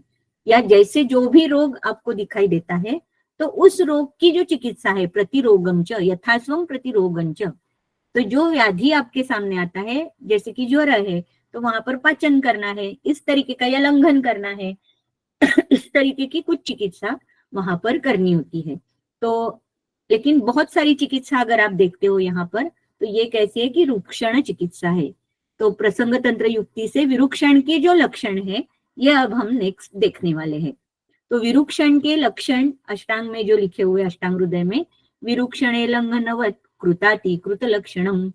तो रुक्षण ये किसी के साथ इसका कंपैरिजन किया है तो लंघन के साथ किया है, और लंघन का सम्यक योग, लंघन का अति योग और लंघन का अयोग, इसी के साथ ये विरुक्षण का सम्यक योग, अयोग और अति योग, इसका कंपैरिजन किया है। तो इसका मतलब है कि सम्यक लंघन के लक्षण हमें पहले पता होना जरूरी है, जो कि अष्टांग हृदय के सूत्र स्थान में ही आए हुए हैं। या जब हम ज्वर देखते हैं तो ज्वर में अगर आप देखते हो तो पहले सारे लक्षण आते हैं, और उसकी पहली चिकित्सा जब शुरुआत होती है तो चिकित्सा सूत्र में ही लंघन ये शब्द पहले आता है। तो इसका मतलब है कि सम्यक लंघन के लक्षण हमें ज्वर जब हम पढ़ते पहला अध्याय तभी हमें ये पता होना आवश्यक है, इसीलिए सूत्र स्थान में ही सम्यक लंघन के लक्षण दिए हुए हैं। तो ये विमलेंद्रियता है, या मलानाम सर्ग है, लाघव है, रुचि है, या सारे ये जो सारे लक्षण है आपको पता है, लेकिन ये यहाँ पर उसका उल्लेख होना आवश्यक है, और ये पता होना आवश्यक है कि सम्यक रुक्षण यानी कि सम्यक लक्षण लंघन। फिर लंघन का अतियोग यानी अति विरुक्षण हम कह सकते हैं। तो कार्शादि वात प्रकोप के जो जितने सारे लक्षण हैं वो सारे के सारे लंघन के अतियोग में या अति विरुक्षण के लक्षण में आएंगे। फिर लंघन का अयोग होता है, इसका मतलब कि रुक्षण का अयोग है, और रुक्षण का अयोग इसका मतलब हम कह सकते हैं कि स्नेह का अतियोग। तो स्नेह के अतियोग के भी लक्षण हमने देखे हैं कि पांडुत्व आ जाता है, या मुख से, नासा से, गुद से स्राव होने लगते हैं। ये जो सारे लक्षण हैं ये सारे हमें रुक्षण के अयोग में दिखाई देंगे। तो अगर व्यापक कुछ उत्पन्न होते हैं तो विरुक्षण ये उसमें चिकित्सा है। विरुक्षण का मतलब क्या होता है, या सम्यक विरुक्षण के लक्षण कौन से हैं, तो सम्यक लंघन इज इक्वल टू सम्यक विरुक्षण, इसीलिए हमने सम्यक लंघन के लक्षण देखे। अगर लंघन का अतियोग हो जाता है तो कौन से लक्षण आएंगे, अति रुक्षण के लक्षण आएंगे, वो कौन से आएंगे वो देखे। और लंघन का अगर अयोग होता है तो इसका मतलब रुक्षण का भी अयोग है, और इसी का मतलब है कि स्नेह का अतियोग वैसे के वैसा है। अभी वमन विरेचन स्नेहन स्वेदन के बाद हम कैसे करते हैं इसका यहाँ पर कुछ उल्लेख है कि स्निग्ध द्रवोष्ण धन्वोत्थ रसभुक स्वेदम आचरेत स्निग्धस्त्रयहं स्थितः कुर्याद् विरेकं वमनं पुनः एकाहं दिनमन्यच्च कफमुत्क्लेश्य तत्करैः। तो स्निग्ध द्रव उष्ण इस तरीके का जो मौसरस है, ये सारी चीजें तो हमने देखी है कि कैसे क्या खाना है, क्या आहार है, क्या विहार है। उसके बाद स्वेद करना है 3 दिन, यानी विरेचन के लिए 3 दिन का विश्राम है, वमन के लिए 1 ही दिन का विश्राम है। और ये जो 1 दिन का विश्राम है उस विश्राम में हमें कफ उत्क्लेश कर आहार लेना है, और उसके बाद हमारा वमन होता है। तो इस तरीके से स्नेहन और स्वेदन होने के बाद आइदर आपका वमन होगा और विरेचन होगा। तो वमन होगा तो 1 ही दिन का विश्राम है सम्यक स्निग्धता के बाद, विरेचन अगर होगा तो सम्यक स्निग्धता के बाद 3 दिन का विश्राम है। ये जो रुक्षण चिकित्सा एक अलग सा पॉइंट लिखा हुआ है, तो ठीक है कि जैसे स्नेह व्यापद हुआ तो आपको रुक्षण करना है, तो रुक्षण के लिए वहां पर एक थोड़ी सी कुछ औषधियों का उल्लेख या आहार का उल्लेख वहां पर हो चुका है। लेकिन जैसे मैंने पहले ही दिन कहा था कि स्नेह के एग्जैक्टली अपोजिट अगर कोई चिकित्सा है तो वो है रुक्षण चिकित्सा। तो इसीलिए यहाँ पर रुक्षण चिकित्सा का एक सेपरेट पॉइंट दिया है, सेपरेट नोट उसकी दी है। मौसलामी दुरा भूरी श्लेष्माणो विषमाग्नयः स्नेहोचिताश्च ये स्नेहास्तान् पूर्वं रुक्षयेत् तथा संस्नेह्य शोधये देवं स्नेह व्यापन्न जायते अलम मला निरयितुं स्नेहश्च सात्म्यतां गतः। तो इसका मतलब है कि कौन कौन सी कंडीशन अगर आपको दिखाई दे रही है स्नेहपान के पूर्व, तो आपको पहले रुक्षण करना है, उसके बाद आपको स्नेहपान की शुरुआत करनी है। तो इसीलिए कुछ कंडीशंस यहाँ पर लिखे हैं कि मौसला या जैसे कि मेदुर, ऐसे अगर रुग्ण आपके सामने आता है जिसमें बहुत ही कफ का प्राधान्य है, ऐसे व्याधि वाले कुछ रुग्ण आपके सामने आते हैं, अग्नि की विषमता है, ऐसे रुग्ण आपके सामने आते हैं, तो स्नेहपान करने के पहले आपको जैसे आप दीपन पाचन, लंघन, ये जो सारी चीजें पहले करते हो, तो दीपन पाचन के बाद या दीपन पाचन के साथ आपको वहां पर रुक्षण करना एक्सपेक्टेड हो जाता है। ऐसे अगर आप पहले रुक्षण करते हो इस कंडीशंस में, उसके बाद अगर स्नेहपान की शुरुआत करते हो, तो क्या होता है कि अच्छी तरीके से स्नेहन होता है, और जो भी व्यापद उत्पन्न होते हैं, ये व्यापद उत्पन्न ना होते हुए सम्यक स्निग्धता के लक्षण अच्छे से हमें दिखाई देते हैं। तो इस तरीके से ये कुछ कंडीशंस है जहां पर हमें रुक्षण चिकित्सा आवश्यक हो जाती है। अभी जैसे कुछ कंसेप्ट हमने देखे अभी तक, कि जैसे अच्छा स्नेह क्या है, विचारणा स्नेह क्या है, महास्नेह क्या है, ऋतु, कौन से ऋतु के अनुसार स्नेह लेना है, सम्यक स्निग्धता क्या है, रुक्षणीय चिकित्सा क्या है। तो ये एक बड़े बड़े कंसेप्ट यहाँ पर बताते हुए ये और एक कंसेप्ट आता है जो है सद्य स्नेह। तो बाल वृद्धादिषु स्नेह परिहारा सहिष्णुषु योगानिमान उद्वेगान सद्य स्नेहान प्रयोजयेत। तो जैसे यहाँ पर इंडिकेट हो रहा है कि ये सद्य स्नेह है, इसका मतलब जो हम 3 दिन, 5 दिन, 7 दिन ऐसे जो स्नेहपान एक्सपेक्टेड है, ये स्नेहपान ना देते हुए अगर बाल है, अगर वृद्ध है, या जो स्नेह परिहार करने में जो असमर्थ है, तो स्नेह परिहार का मतलब भी हमने देखा, जितने दिन आपने स्नेहपान किया है उतने दिन बाद में हमें परिहार करना होता है। तो ये अगर पॉसिबल नहीं है, तो यहाँ पर ये सद्य स्नेह का विधान है। लेकिन ये सद्य स्नेह का विधान है, इसका मतलब ये नहीं कि हम सारे के सारे रुग्णों में सिर्फ सद्य स्नेह ही दे। सद्य स्नेह प्रैक्टिकली हम जब देते हैं, जैसे कि जब उत्क्लेश है दोषों का, वहां पर जब हमें सद्य वमन एक्सपेक्टेड है, तब हम ये सद्य स्नेह का प्रयोग बहुत बार करते हैं। लेकिन फिर भी बाल और वृद्ध, स्पेशली अगर ये इस टाइप के रुग्ण है, तो ये सद्य स्नेह का प्रयोग हम जरूर कर सकते हैं, जो कि कम व्यापद उत्पन्न करने वाले हैं। यहाँ पर 7 योगों का वर्णन है।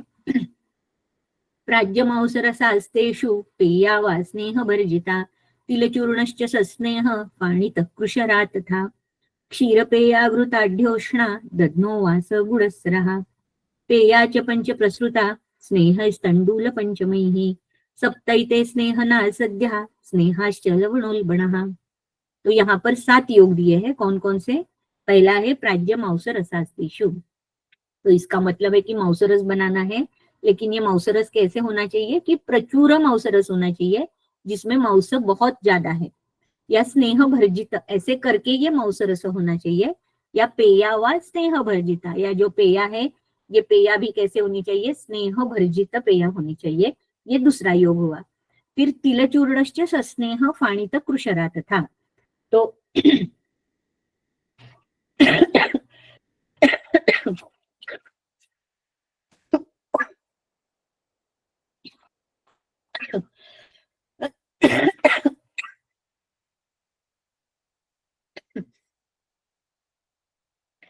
तो यहाँ पर ये जो दूसरा योग लिखा हुआ है, तो ये दूसरा योग जो है,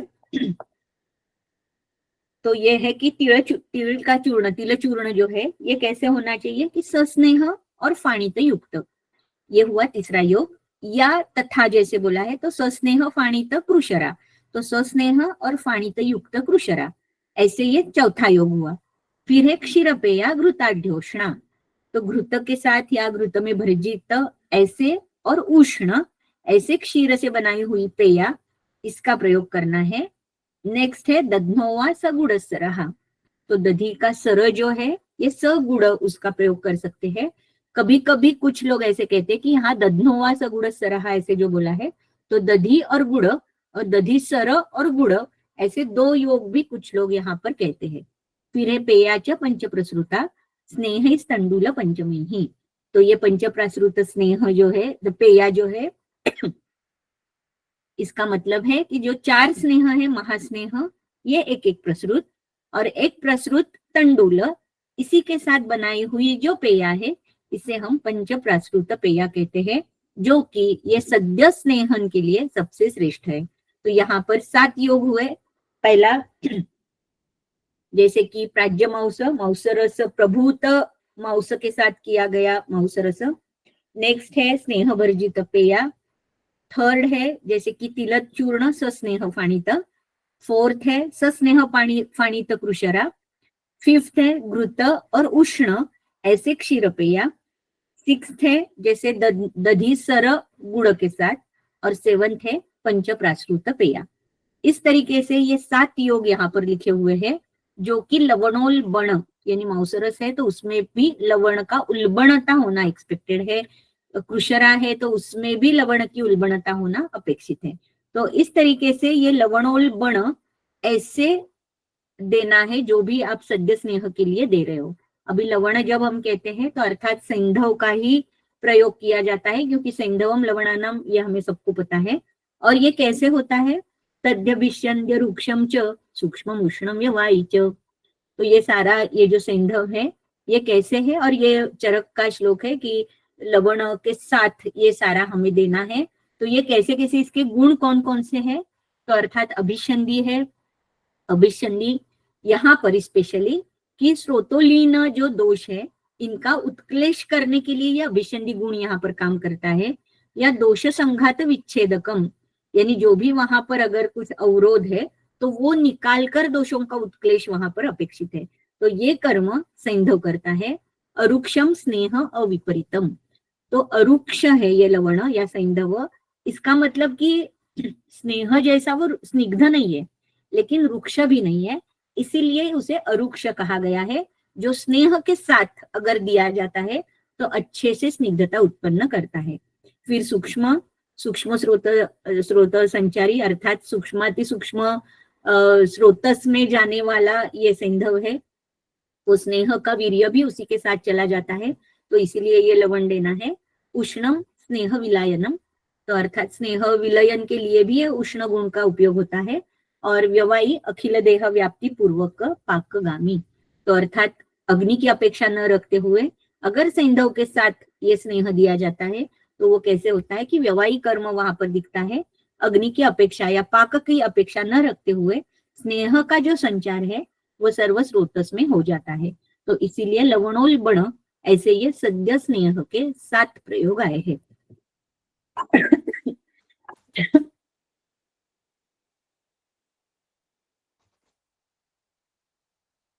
गुडानुपामिष क्षीर तिलमाश सुरादधी कुष्ठशोफ प्रमेहेषु स्नेहार्थम न प्रकल्पये। तो यहाँ पर फिर से कुछ व्याधियों के ऐसे नाम दिए हैं, इस यानी कि स्पेसिफिक कुछ नाम है कि जहां पर भले ही आपको सब में सद्य स्नेह करना है तो भी गुड़, अनूप, मांसरस या क्षीर, तिल, माश, सुरा और दधी इसका प्रयोग ना करे। कौन कौन से व्याधि है वो, कुष्ठ, शोथ और प्रमेह। तो इसी 3 व्याधियों के नाम यहाँ पर क्यों लिखे हैं, तो इसमें सामान्य क्या है ये अगर हम देखते हैं तो ये कफ प्रधान त्रिदोष सन्निपात के व्याधि है, तीनों के तीनों।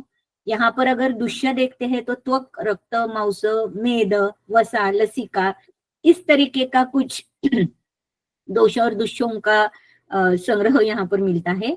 अभिषंद या क्लेद प्राधान्य होने वाले ऐसे ये व्याधि है, और चिरकारी भी व्याधि है बहुत सारे, ये तीनों के तीनों।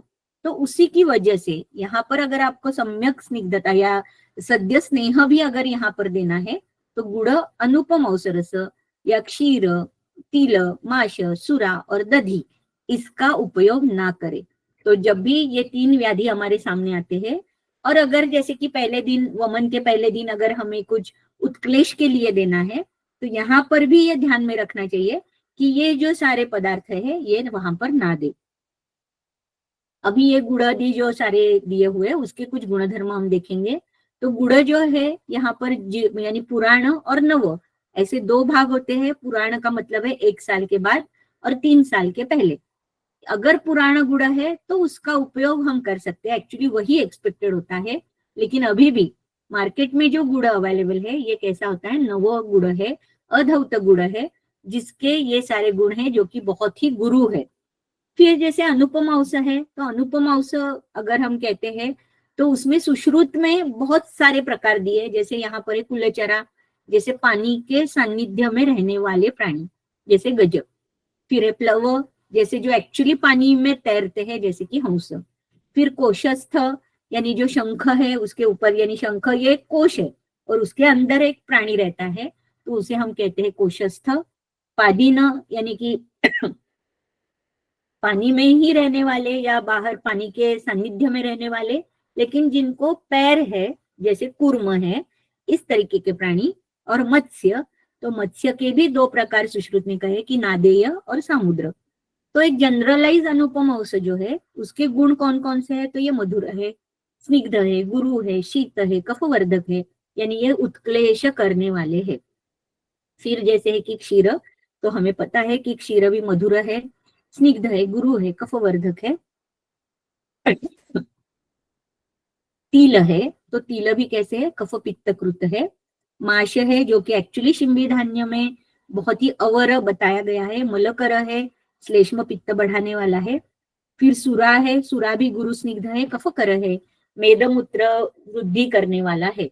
और दधी है, तो दधी भी मेद रक्त शोथकृत है साक्षात, तो इसीलिए ये जो सारे शोथ, प्रमेह और कुष्ठ, ये जो व्याधि लिखे हैं उसमें इन द्रव्यों का प्रयोग ना करें। फिर इसमें अगर उपयोग करना है तो कौन कौन से द्रव्यों का उपयोग आप कर सकते हो, इसका भी विधान है। जैसे त्रिफला, पिप्पली, पथ्या, गुग्गुल्वा, दीविपाचितान, स्नेहान यथा स्वमेतेषां योजयेद विकारिणः। तो यहाँ पर ये जो सारे तीन विकार बताए, उसमें अगर आपको स्नेहन के लिए कुछ द्रव्यों का प्रयोग करना है तो वो त्रिफला, पिप्पली, पथ्या यानी हरितकी, गुगुलू, इसका प्रयोग या इससे विपाचित ऐसे स्नेह का प्रयोग आप कर सकते हो। तो उदाहरण के तौर पर यहाँ पर मैंने कुछ लिखे हैं, जैसे कि धन्वंतर घृत है, त्रिफलादि घृत है, आदित्य पाकी गुगुलू मरीच्यादि तैल है, महातिक्तक घृत है, गुगुल तिक्तक घृत है, जिसमें ये जो द्रव्यों के उल्लेख है उसमें से बहुत सारे द्रव्य ये घृत में या तैल में आए हुए हैं। और भी बहुत सारे हैं जो कि आप देख सकते हो, बहुत सारे अधिकरण में अलग अलग घृतों का उपयोग आया हुआ है, तो वो आप देख सकते हो। लेकिन ये स्पेसिफिक कि कुष्ठ कुष्ठ हो या प्रमेह हो या शोथ हो, उसमें ये द्रव्यों से विपाचित घृतों का प्रयोग आप कर सकते हो। नेक्स्ट जो है कि क्षीणानाम त्वामयैरग्नि देह संदुक्षण क्षमान, लेकिन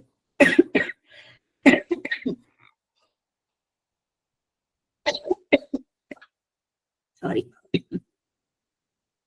लेकिन व्याधि की वजह से जो क्षीण है उसमें अग्निवर्धन करने के लिए और देह बल बढ़ाने के लिए जो भी घृत या स्नेह आपको देने हैं वो अकॉर्डिंगली, वो व्याधि के अनुसार आपको देने हैं।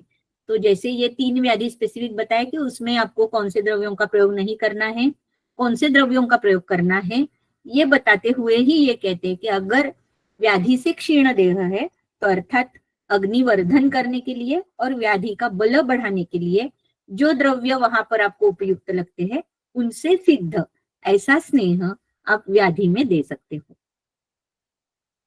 तो इस तरीके से ये लास्ट का श्लोक आता है जो कि फलश्रुति है स्नेहन की। दीप्ता दीप्ता तराग्नि परिशुद्ध कोष्ठ प्रत्यग्र धातु बलवर्ण युक्त दृढ़ेन्द्रियो मंद जरशतायु स्नेहोपसेवी पुरुष प्रदिष्ट। तो कौन कौन से, यानी फलश्रुति क्या है, जो हमने स्नेह पान देखा पूरा, तो उसमें फलश्रुति ये है, तो ये एक टोटल फलश्रुति है।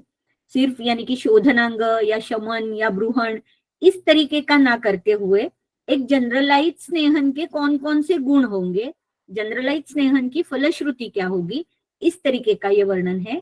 तो दीप्तांतराग्नि अर्थात आपने अगर शोधनांग स्नेहपान दिया है तो शोधन होने के बाद दीप्तांतर होगा, या अगर जैसे कि शमन है तो दोषों का शमन होने के बाद भी ये दिखाई देगा, या ब्रूहण के लिए भी आपने दिया है। और मध्य काल में हमने देखा है कि प्राग, मध्य और पश्चात, तो मध्य काल में अगर आपने स्नेहपान किया है अल्प मात्रा में तो वहां पर भी ये दीप्तांतराग्नि हो सकता है। अगर जाठराग्नि की क्षमता बहुत अच्छी है तो अर्थातच धात्वाग्नि और भौतिकाग्नि, ये जो अग्नि है उसके ऊपर डिपेंडेंट, तो वो भी कैसे हो जाएंगे, बहुत ही अच्छे दीप्त हो जाएंगे और सारे शरीर यानी शारीरिक क्रिया जो है ये शारीरिक क्रिया बहुत ही अच्छे से चलेगी। फिर परिशुद्ध कोष्ठ, तो जैसे शोधनांग के लिए दिया है तो भी कोष्ठ की शुद्धि होगी, या जैसे हमें पता है, हमने हर एक स्नेह के अलग अलग गुण देखे, हर एक स्नेह के अलग अलग कुछ अर्हताएं देखी, तो उसमें हमने देखा था कि विबंध में हमने तेल का प्रयोग करना है। तो ऐसी अगर सिचुएशन है, वहां पर मल का विबंध है, आपने तेल का पान किया, तो भी कोष्ठ की शुद्धि हो सकती है। अर्थात फिर प्रत्यग्र धातु, जो भी धातु, नए धातु यानी कि सप्त धातु, लेकिन जो रोज की उत्पत्ति होगी, ये जो नए उत्पन्न धातु है, ये धातु कैसे होंगे, बहुत ही सारवान उत्पन्न होंगे, क्योंकि वहां पर अग्नि की प्रदीप्त अग्नि हो चुका है। उसी की वजह से आपका जाठर यानी धात्वाग्नि और भौतिकाग्नि ये भी प्रदीप्त हो चुके हैं। उसकी वजह से ये जो धातु निर्माण प्रक्रिया है, ये धातु निर्माण प्रक्रिया बहुत ही अच्छे से होगी। और जो नए उत्पन्न धातु है वो कैसे होंगे, एक निरोगी अवस्था में या उपाचित अवस्था में इस तरीके के धातुओं की निर्मित होगी।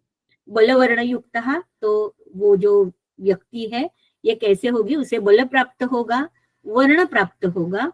दृढ़ेन्द्रिय मंदजर शतायु, इंद्रिय जो है ये इंद्रिय भी दृढ़ हो जाएंगे।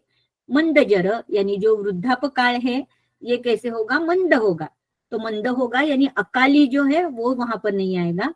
और जो जरा है वो भी एक अच्छे से वो जरा भी दिखाई देगी, यानी कि एकदम से अचानक से, अभी जैसे अभी दिखाई देता है कि मैंने पहले भी ये आपको कहा है कि अभी 10-12 साल के बच्चों को पालित्य है, या जैसे चश्मा है, इस तरीके के ये जो या वली पलित है, ये जो सारे लक्षण हैं वो वहां पर मंद हो जाते हैं और रुग्ण शतायु हो जाता है। तो स्नेहोपद से भी पुरुष प्रतिष्ठ। तो जो पुरुष, जो व्यक्ति स्नेहपान नित्य करती है, उसके लिए ये दीप्तांतराग्नि से लेकर ये शतायु तक जितने सारी फलश्रुति के जो लक्षण बताए हैं, ये सारे के सारे इस तरीके के हमें दिखाई देते हैं। तो ये है जो स्नेहपान अभी तक हमने देखा, उसकी ये फलश्रुति। इति श्री वैद्यपति सिंहगुप्त सुनु श्रीमत् वाग्भट विरचितायाम अष्टांग हृदय संहितायाम सूत्रस्थाने स्नेह विधिर्नाम षोडशोऽध्यायः। तो यहाँ पर ये स्नेह विधि, ये जो अध्याय है, इसकी समाप्ति होती है। इसी के साथ अगर किसी को कुछ प्रश्न है तो ये प्रश्न का उत्तर देने का प्रयास मैं करूंगी। धन्यवाद मैम, आपके बहुमूल्य मार्गदर्शन के लिए। आपने बहुत ही पिक्युलर और प्रैक्टिकली पॉइंट्स बताए। धन्यवाद। श्रोतागण को विनती है, अगर किसी को कोई शंका है तो वो उपस्थित कीजिए।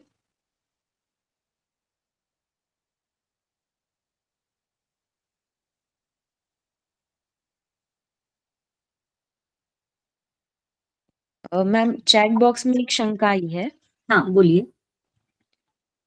वमन के लिए 1 दिन विश्राम काल और विरेचन के लिए 3 दिन विश्राम काल क्यों है?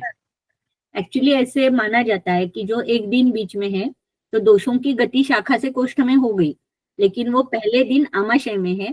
फिर आमाशय, अधो और ग्रहणी यहाँ तक, यानी विरेचन के लिए जो हमें अधोगति जो चाहिए, तो उसके लिए आमाशय अधोभाग या ग्रहणी तक दोष आते हैं। इसीलिए ये बीच का विश्राम आवश्यक हो जाता है। वमन के लिए दोष आमाशय ऊर्ध्व भाग में होने अपेक्षित है, इसलिए एक ही दिन का होता है। Okay, thank you ma'am. और किसी को कोई शंका है?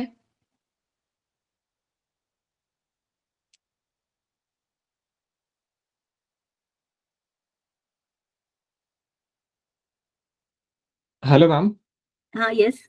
मॅम, स्नेह अर्हच्या लक्षणामध्ये अबल दिलेलं आहे आणि स्नेह अनर्हच्या लक्षणामध्ये दुर्बल दिलेलं आहे. तर मॅम यामध्ये फरक कसा कळायचा? आता कसं होतं माहितीये का, की काही लक्षणं ही आपल्याला प्रत्यक्षच बघायला लागतात. ग्रंथामध्ये जेव्हा असं वाटतं आपल्याला की अरे अर्हमध्ये पण दिलंय आणि अनर्हमध्ये पण दिलंय, तर बऱ्याच वेळा असं होतं की अग्नीचं बल काहीच नाहीये, असं जर असेल तर तिथे स्नेहपान करण्यात अर्थ नसतो. आधी तिथे स्नेहस्वेदन द्यायला लागतं. त्यामुळे जेव्हा तिथे बलाचा विचार असतो तेव्हा तो अग्निसापेक्षही असू शकतो. कधी कधी असं असतं की रुग्ण अतिशय कृश आहे आणि तरी सुद्धा तिथे अग्नीचं बल चांगलंय, अशी जर अवस्था असेल तर तिथे आपण स्नेहपान करू शकतो. त्यामुळे अबल आणि दुर्बल हे जे शब्द आहेत, तर ह्याच्यामध्ये इस्पेशली अग्नीचा सापेक्षता भाव अपेक्षित आहे. ओके. आणखी मॅम, स्नेह अनर्हमध्ये तृष्णा दिलेला आहे हा. आणि बृहन स्नेह अर्ह मध्ये पिपासा अर्थ दिलेला आहे. तर मॅम यामध्ये डिफरन्शिएट कसं करायचं? तृष्णा म्हणजे ते तृष्णा रोग जे आहेत ते आहे आणि पिपासा अर्थ म्हणजे फक्त सर्वदा अंबू कामित्व फक्त एवढंच आहे का? ऍक्च्युली ते आता मी जसं म्हटलं असं की कधी कधी काय होतं की आमज तृष्णा पण असते. हा सामता एवढी असते की ज्याच्यामध्ये आपण गृहण नाही कुठलंच स्नेहपान नाही देऊ शकत. तिथे हा मेनली पाचनच अपेक्षित असतं. ओके त्यामुळे तृष्णा जेव्हा असते रुग्णाला, काही काही रुग्ण सांगतात बघा की खूप तहान लागते असं अगदी स्पेसिफिक सांगतात. तर तेव्हा आपल्याला त्याची जिव्हा किंवा उदर परीक्षण करणं खूप आवश्यक ठरतं. त्याचं रुटीन बघणं आवश्यक ठरतं की तो खातो कधी, कारण अध्यशन खूप वेळा अशा रुग्णांमध्ये दिसतं. तर अशा किंवा त्याचं खूप म्हणजे अगदी काय म्हणू की तेलकट खाण्याकडे खूप कल असतो. असं जर का असेल तर अशा वेळेला आपल्याला हे लक्षात घ्यायला लागतं की ही जी तृष्णा आहे ही आमज तृष्णा आमच आहे. तृष्णा हा, आणि म्हणून मग तिथे पाचन करायचं आधी आणि मगच स्नेहपानाला जायचं. ओके आणि पाचन म्हणजेच रुक्षण, असं जे आपण मगाशी विरुक्षणाचा जो श्लोक बघितला त्याच्यात मी लिहिलं होतं खाली की पाचन इज इक्वल टू रुक्षण. त्यामुळे दीपन पाचन म्हणताना ऍक्च्युली ग्रंथकारांना तिथे रुक्षण थोड्याफार प्रमाणात अपेक्षित आहेच आहे. Thank you ma'am. Yes. Ma'am chat box मध्ये अजून एक शंका आली आहे. इन विच टाइप ऑफ व्याधीज वी कैन यूज अवपीड स्नेह? स्पेशली मूत्रवह स्रोतसाशी रिलेटेड जितके व्याधि है, जितने सारे व्याधि है, तो वहां पर अवपीड़ स्नेह का उल्लेख आता है. अवपीड़ स्नेह में भी बहुत मतांतर है. कुछ लोगों का कहना यह है कि जैसे शमन स्नेह हम देते हैं तो उस मात्रा में हमें स्नेहपान करना है, और जब तक स्नेह का पाचन नहीं होता तब तक खाने के लिए नहीं देना है. जैसे कि हमने शमन स्नेह देखा और उसके बाद पाचन होने के बाद यानी कि अन्नपान फिर उसके बाद लेना है. अन्नपान बहुत ही लघु और इस तरीके का जो शमन में हमने देखा. अन्नपान जरण होने के बाद या जीर्ण होने के बाद फिर से स्नेहपान करना है. तो इससे अवपीड़ कहा जाता है. भोजन के पहले, फिर भोजन और भोजन के बाद इसे अवपीड़न कहा जाता है, जो कि मूत्रवह स्रोतस में इसका प्रयोग होता है.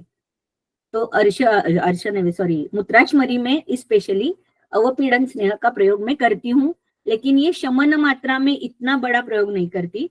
मैं खाने के पहले स्नेहपान यानी कि मे भी हो सकता है कि 20 ml 25 ml इस तरीके का स्नेहपान करती हूँ.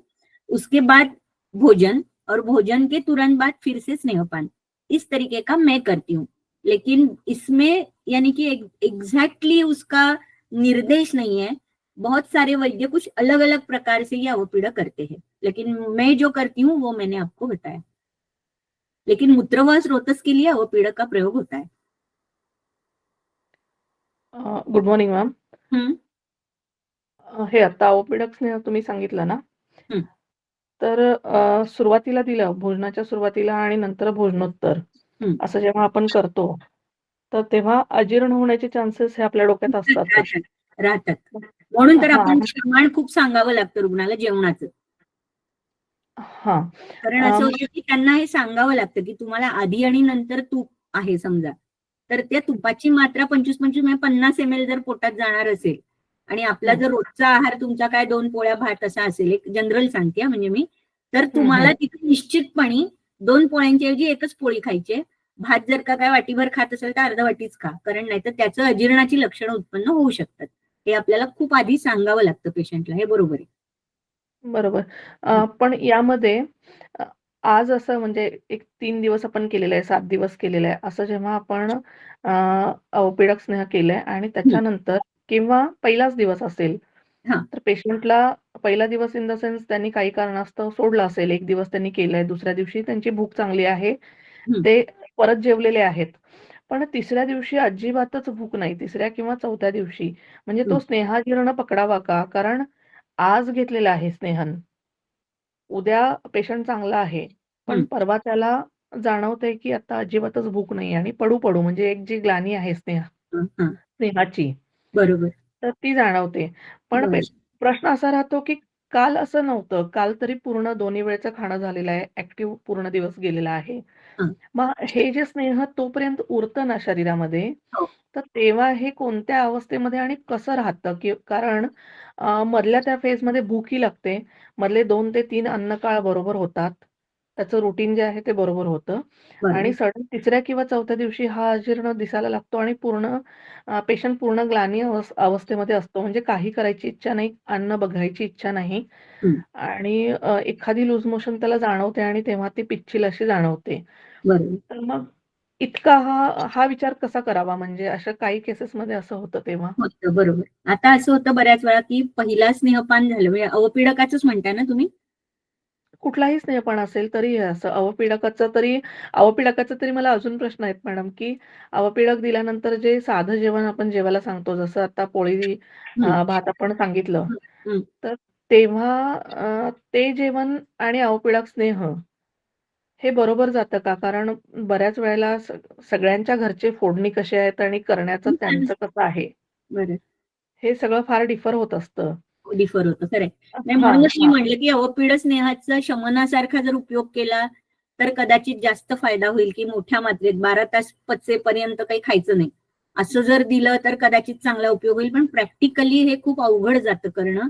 कारण समजा रुग्ण 12 वाजता जेवत असेल, त्याला 12 वाजता भूक लागत असेल, तो 12च्या आधी तर स्नेहपान करणार आणि मग त्याला 12 तासांनी म्हणजे रात्री 12 वाजता वगैरे कधीतरी भूक लागणार. मग तुम्ही त्याला सांगणार पेया वगैरे घे. मग 2-3 तासांनी त्याला पुन्हा भूक लागणार आणि मग तो पुन्हा स्नेहपान करणार. म्हणजे प्रॅक्टिकली हे थोडंसं अवघड जातं सांगणं. हं. म्हणून मग ते मी म्हटलं तसं, की आधी तूप, नंतर तूप आणि मध्ये जेवण असं सांगावं लागतं. पण तुम्ही जे म्हणताय किंवा स्नेहाच्या अजीर्णाची लक्षणं दिसायला लागतात. कधी-कधी ह्याच्यामध्ये रुग्णाकडनं पण प्रमाद होतो, की स्नेहपान केल्यानंतर जर खाऊ नको सांगितलंय, तरी हं. सुद्धा रुग्ण भूक नसताना खातात.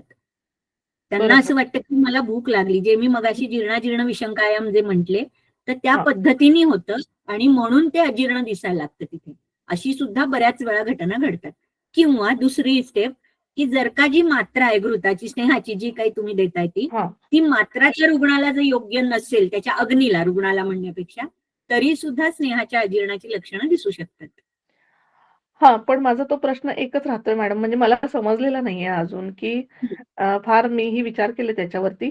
जो मधला 1 दिवस जातो ना, 1 किंवा 2 दिवस, म्हणजे आता 1 तारखेला जर हे स्नेहपान केलं असेल आणि 2 आणि 3 तारखेला कधी-कधी पेशंट एकदम बरा असतो किंवा कधी हं. 1-2 तारखेला बरा असतो, 3 तारखेला तो ते तसा ग्लानीमध्ये जातो.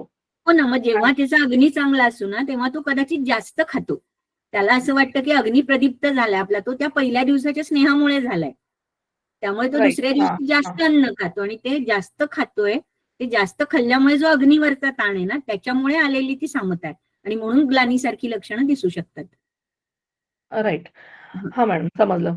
आणि एक दुसरा क्वेशन, की जे आता मार्केटमध्ये अवेलेबल तेल-तुपं आहेत. हां, म्हणजे म्हणजे आता युजुअली एवढं गाईचं तूप अवेलेबल करणं हे पॉसिबल होतच नाहीये. खरंय. आणि प्रिपरेशन पण एवढ्या सगळ्या तुपांचे प्रिपरेशन्स तर होत नाहीत. आपण करणार तर 8-10 करू शकतो, असं होतं कधी-कधी. बरोबर. पण जे हवंय आणि ते आपण मार्केटमधूनच घेतो. हं. मग आता बऱ्याच वेळेला ऐकलं जातं, की मार्केटमधल्या तुपांमध्ये अ, गाईचं तूप असं आपण लिहिलेलं तरी वाचतो. पण एक्झॅक्टली ते गाईचं तूप असतं का? आणि आता कोणत्या कसं गाईचं असतं? हे जर्सी प्रश्न गाईचीच असतात ही सगळी तुपं. जर्सी हां, गाईचीच असतात. हां, पण जर्सी गावरान गाईचं तरी गाईची होती. असावं का? का अजून काही अ, म्हणजे आता खरं एवढा तरी विश्वास ठेवू खरं सांगू का, की दृष्टीआड सृष्टी आहेत. काही गोष्टी जशा आहेत त्या ॲक्सेप्ट करायला लागतात. त्याला काही पर्याय राहत नाही. नाहीतर मग अन्नपानापासून अनेक गोष्टी अशा आहेत, की ज्या आपल्याला माहितीच नाहीत आपण काय खातो. बरोबर. पण हे ट्रीटमेंटमध्ये देत असताना आहे ना, मग जरा क्वेशन येतो, की हे तुपा सोडून काही दुसरं अजून असेल तर तर कसं तसं जर करावं? वाटत म्हणजे असेल तर सरळ मूर्छित घृत द्यावं किंवा मूर्छित स्नेह तिळतेल किंवा गोघृत जे आहे ते मूर्छित करून द्यावं. वेगवेगळं कुठलंही कॉम्बिनेशन किंवा प्रिपरेशन्स न देता फक्त मूर्छित. अच्छ. राइट, फक्त स्नेह. राइट. हं, आणि एक्सपायरी जेव्हा होते तुपांची, हं, तर तेव्हा एक्सपायरी झाल्यानंतर त्या तुपांमध्ये म्हणजे तूप आपण श्रेष्ठ म्हणतो ना जेवढं ठेवणार, तर हं, तसं मेडिकेटेड तूप जेव्हा आपण घेतो बाहेरून आणि हं. त्याची एक्सपायरी झाली असेल, तर त्या तुपाला आपण कसं समजावं तेव्हा? म्हणजे ते आता वापरूच नाही याच्यामध्ये जाणार, की त्यातल्या औषधांचा वीर्य गेलेला आहे आणि तुपाचा वीर्य राहतो, असं काय समजावं मग याच्यामध्ये? तसं तसं होऊ शकतं. ते पुराणघृत म्हणून ठेवू शकता तुम्ही. पण इतकं राहतच नाही. एवढं तूप कुठे राहतं आपलं, की 3-4 वर्ष आरामात वापरू शकतो आपण ना. नाहीतर मग पुराण म्हणून घेऊन द्यायचं ते. ओके. हां, म्हणजे क्वेशन हे की वापरू शकतो ह्याच्यामध्ये आपण जाऊ शकतो ना? हो, हो. अगदी. Okay. Yes ma'am. Thank you so much ma'am. Ma'am chat बॉक्समध्ये आपल्याला शंका आल्या आहेत. हां. इफ स्नेहपान करताना 2-3 दिवस झाल्यानंतर ना द्रवमल प्रवर्तन होत असेल, हं. तर ते पाचन किंवा रुक्षण नीट झाले नाही असं समजू शकतो का? नाही, मग कोष्ठाचं परीक्षण तुम्ही केलेलं असेल ना आधी. जर 3-4 दिवसात तुम्हाला द्रवमलासारखी लक्षणं दिसायला लागली, त्याचा अर्थ मृदू कोष्ठ आहे रुग्णाचं. तुमचं स्नेहपानाची बाकीची पण लक्षणं दिसायला लागतील ना, तसं पण बघायला लागेल ना. हे एकांतिक आपण एकच व्ह्यू फक्त द्रवमल असं नाही धरू शकत. आपल्या सगळ्या सर्वांगावरची दिसणारी सगळी लक्षणं आहेत ही. जर का तुमचं कोष्ठ परीक्षण नीट नसेल, आधी केलेलं नसेल आणि तुम्ही शोधनासाठी जर का स्नेहपान दिलं आणि 3-4 दिवसात जर का त्याला हळूहळू द्रवमल सुरुवात झाली आणि बाकीची लक्षणं आपण बघतच नाही आहोत ना, बाकीची लक्षणं पण बघायला पाहिजेत. तर आपल्याला कळेल कदाचित हे सम्यक स्निग्धतेची लक्षणाकडे आपण चाललोय हळूहळू. असंही होऊ शकतं. ओके. थँक यू हं, मॅम. हं. अजून मॅडम एक प्रश्न. हां. स्त्री रुग्णांमध्ये बऱ्याच वेळेला असं दिसतं, की अ, तूप घेतल्यानंतर म्हणजे आधी घेण्याची ती हेच नसते ना, म्हणजे इच्छाच नसते अजिबात त्याचा वास आणि असं. हं. तर लगेच ते ओमिट पण करतात. तर ओमिट करतात तेव्हा बऱ्याच वेळेला अ, दिवसभर म्हणजे त्यांना जो वेगवेगळा त्रास होतो, हं. म्हणजे कोणाचं पोट दुखतं, कोणाच्यात घशात अडकून तसंच राहिलेलं आहे, असं वाटतं. तर या सगळ्या त्रासातूनही परत आपण त्यांना ते तूप देण्याचं करावं, की आपण थांबावं? ऍक्च्युली विचारणा स्नेहाचा विचारच तो होता ना, जो मी मागच्या लेक्चरमध्ये पूर्ण विचारणा सांगितली तुम्हाला सगळ्यांना, की ज्याच्यामध्ये विचारणा स्नेह, स्नेहद्वेषी रुग्णामध्येच पहिल्यांदा सांगितलंय. मग त्याचा जो काही इंडिकेशन आहे, अर्हता जी आहे ती स्नेहद्वेषी हा पहिला हो. त्याचा क्रायटेरिया आहे. त्यामुळे हां, असं तसं असतं कळलं मॅडम. की हां, पण तुम्ही त्यामुळे कधी-कधी रुग्णाला तूप जेव्हा सांगता, तर तेव्हा असं आहे की आयदर काउन्सिलिंग खूप जोरात करायला लागतं, आयदर किंवा स्नेहपान केल्या-केल्या जर का वमन झालं, तर त्या हं, रुग्णाला हे आधीच सांगितलेलं असलं पाहिजे, की जर स्नेहपान झाल्या-झाल्या तू प्यायल्या-प्यायल्या जर का तुला उलटी झाली, तर इमिजिएट हां, तितकंच तूप किंवा तेल जे काही तुम्ही दिलंय, तो स्नेह तुला परत प्यावा लागणार आहे. हे आधीच करेक्ट. रुग्णाला सांगायला लागतं. त्यामुळे कसं आहे मी माझ्याकडे तरी असं करते, की समजा 6:30ला स्नेहपान द्यायला सुरुवात केली. तर मग हं, मी हं. रुग्णाला सांगते, की एक 25, 30, 50 एमएल, 60 एमएल पर्यंत जेव्हा स्नेह 100 एमएल पर्यंत असतो, तेव्हा रुग्ण युज्युअली घेतात पटकन, नाही प्रॉब्लेम आहे. पण 100च्या वर जसं-जसं प्रमाण जायला लागतं, तसं-तसं हळू स्नेहोद्वेग निर्माण व्हायला लागतो आणि मग हं. छर्दी होते. तर मग अशा वेळेला मी रुग्णाला सांगते, की एक पहिला घोट प्यायल्यावर जरा एक 5 मिनिटं थांबा किंवा मग थोडा लिंबाचा वास घ्या किंवा जरा गॅलरीत चक्कर मारून या. असं सांगितलं, की जरा एक 5-10 मिनिटांमध्ये जातात. पुढचा सिप घ्यायला सांगते. असं करत एक 15 ते 20 मिनिटात ती जी काही क्वांटिटी आपण दिली आहे, समजा काय 150 एमएल आहे फॉर एक्झाम्पल, तर ती हं, सगळी क्वांटिटी हळू करून पोटात जाते. जर का एका सिपमध्ये घ्यायचा रुग्णांनी प्रयत्न केला, तर इमिजिएट तिला छर्दी होणारच, निश्चित आहे हे. राइट. हां. Thank you ma'am. Ma'am chat बॉक्समध्ये हॅलो एक शंका आहे. हां. घ्या विचारून. Yes, yes. विचारा. मैम, शोधनादि स्नेहपान का उद्देश्य दोष उत्क्लेशन है, तो हं. उसमें हम शुद्ध गोघृत से करते हैं, तो उसमें मेडिकेटेड घृत से करने की क्या आवश्यकता है? मुझे प्रश्न नहीं समझ में आया. गोद तसे कर अगर सकते हैं और मेडिकेटेड ग्रुप तसे कर सकते हैं. मैम शोधनाथ स्नेहपान हम जो करवाते हैं तो उसमें हमारा उद्देश्य दो उत्क्लेशन करना रहता है, हाँ, तो हाँ. उसमें हम मेडिकेटेड घृत ही देते हैं, नॉर्मल गाय के घी से भी तो कर सकते हैं, हाँ, कर सकते हैं ना, क्यों नहीं कर सकते. जैसे डिजीज के मूर्छित अकॉर्डिंग. करना है और देना है. गोघृत हो या तिल का तेल हो, तो ये मूर्छित करके देना होता है हमेशा. ऐसे कच्चा नहीं देते हम, मूर्छित करके देते हैं आइदर, और मेडिकेटेड देते हैं जो कि उस अधिकरण में आए हुए घृत है. ओके.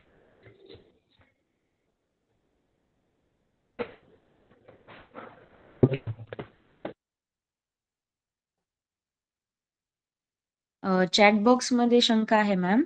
हाँ. श्लोक नंबर 37 में विषमाग्नेय को रुक्षण कहा है क्या? हाँ. रुक्षण कहा है वहां पर। एक्चुअली ऐसे होता है ना कि विषमाग्नि जो है, तो हो सकता है, ये विषमाग्नि के बारे में मैंने भी बहुत सोचा, लेकिन उसका एग्जैक्ट उत्तर नहीं मिलता है कहीं पर भी। लेकिन हो सकता है कि विषमाग्नि, जैसे ये वात की वजह से, स्पेशली वात का आधिक्य जब होता है तब विषमाग्नि होता है, लेकिन हो सकता है वहां पर कि मे बी कफ का अनुबंध हो वहां पर, या कुछ अवरोधात्मक संप्राप्ति हो, उसकी वजह से कुछ विषमाग्नि जैसे कुछ अवस्था निर्माण हो रही हो।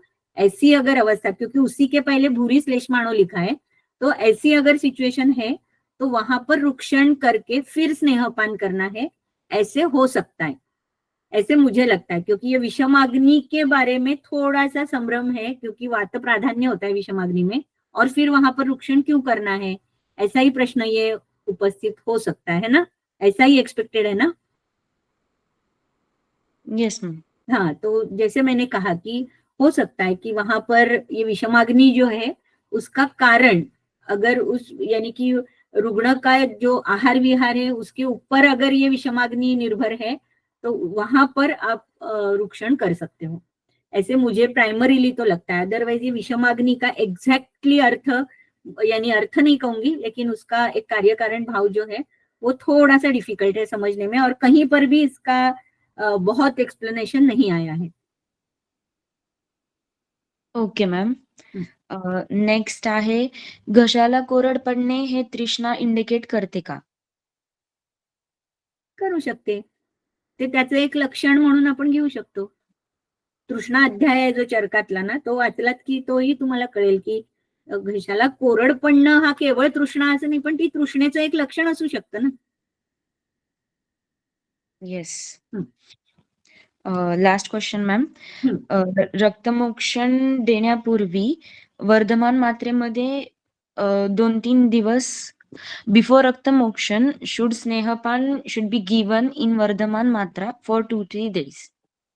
वर्धमान मात्रेची गरज नसते, पण एक काही प्रमाणामध्ये आपण स्नेहपान करू शकतो. याचं कारण धातूचा क्षय करतो आपण रक्तमोक्षणामध्ये, आणि धातूच्या क्षयामुळे होणारा वातप्रकोप टाळण्यासाठी म्हणून आपण आधी स्नेहपान करायचं असतं, किंवा ईषत स्निग्ध पेयापानाचं सुश्रुतामध्ये वर्णन आहे.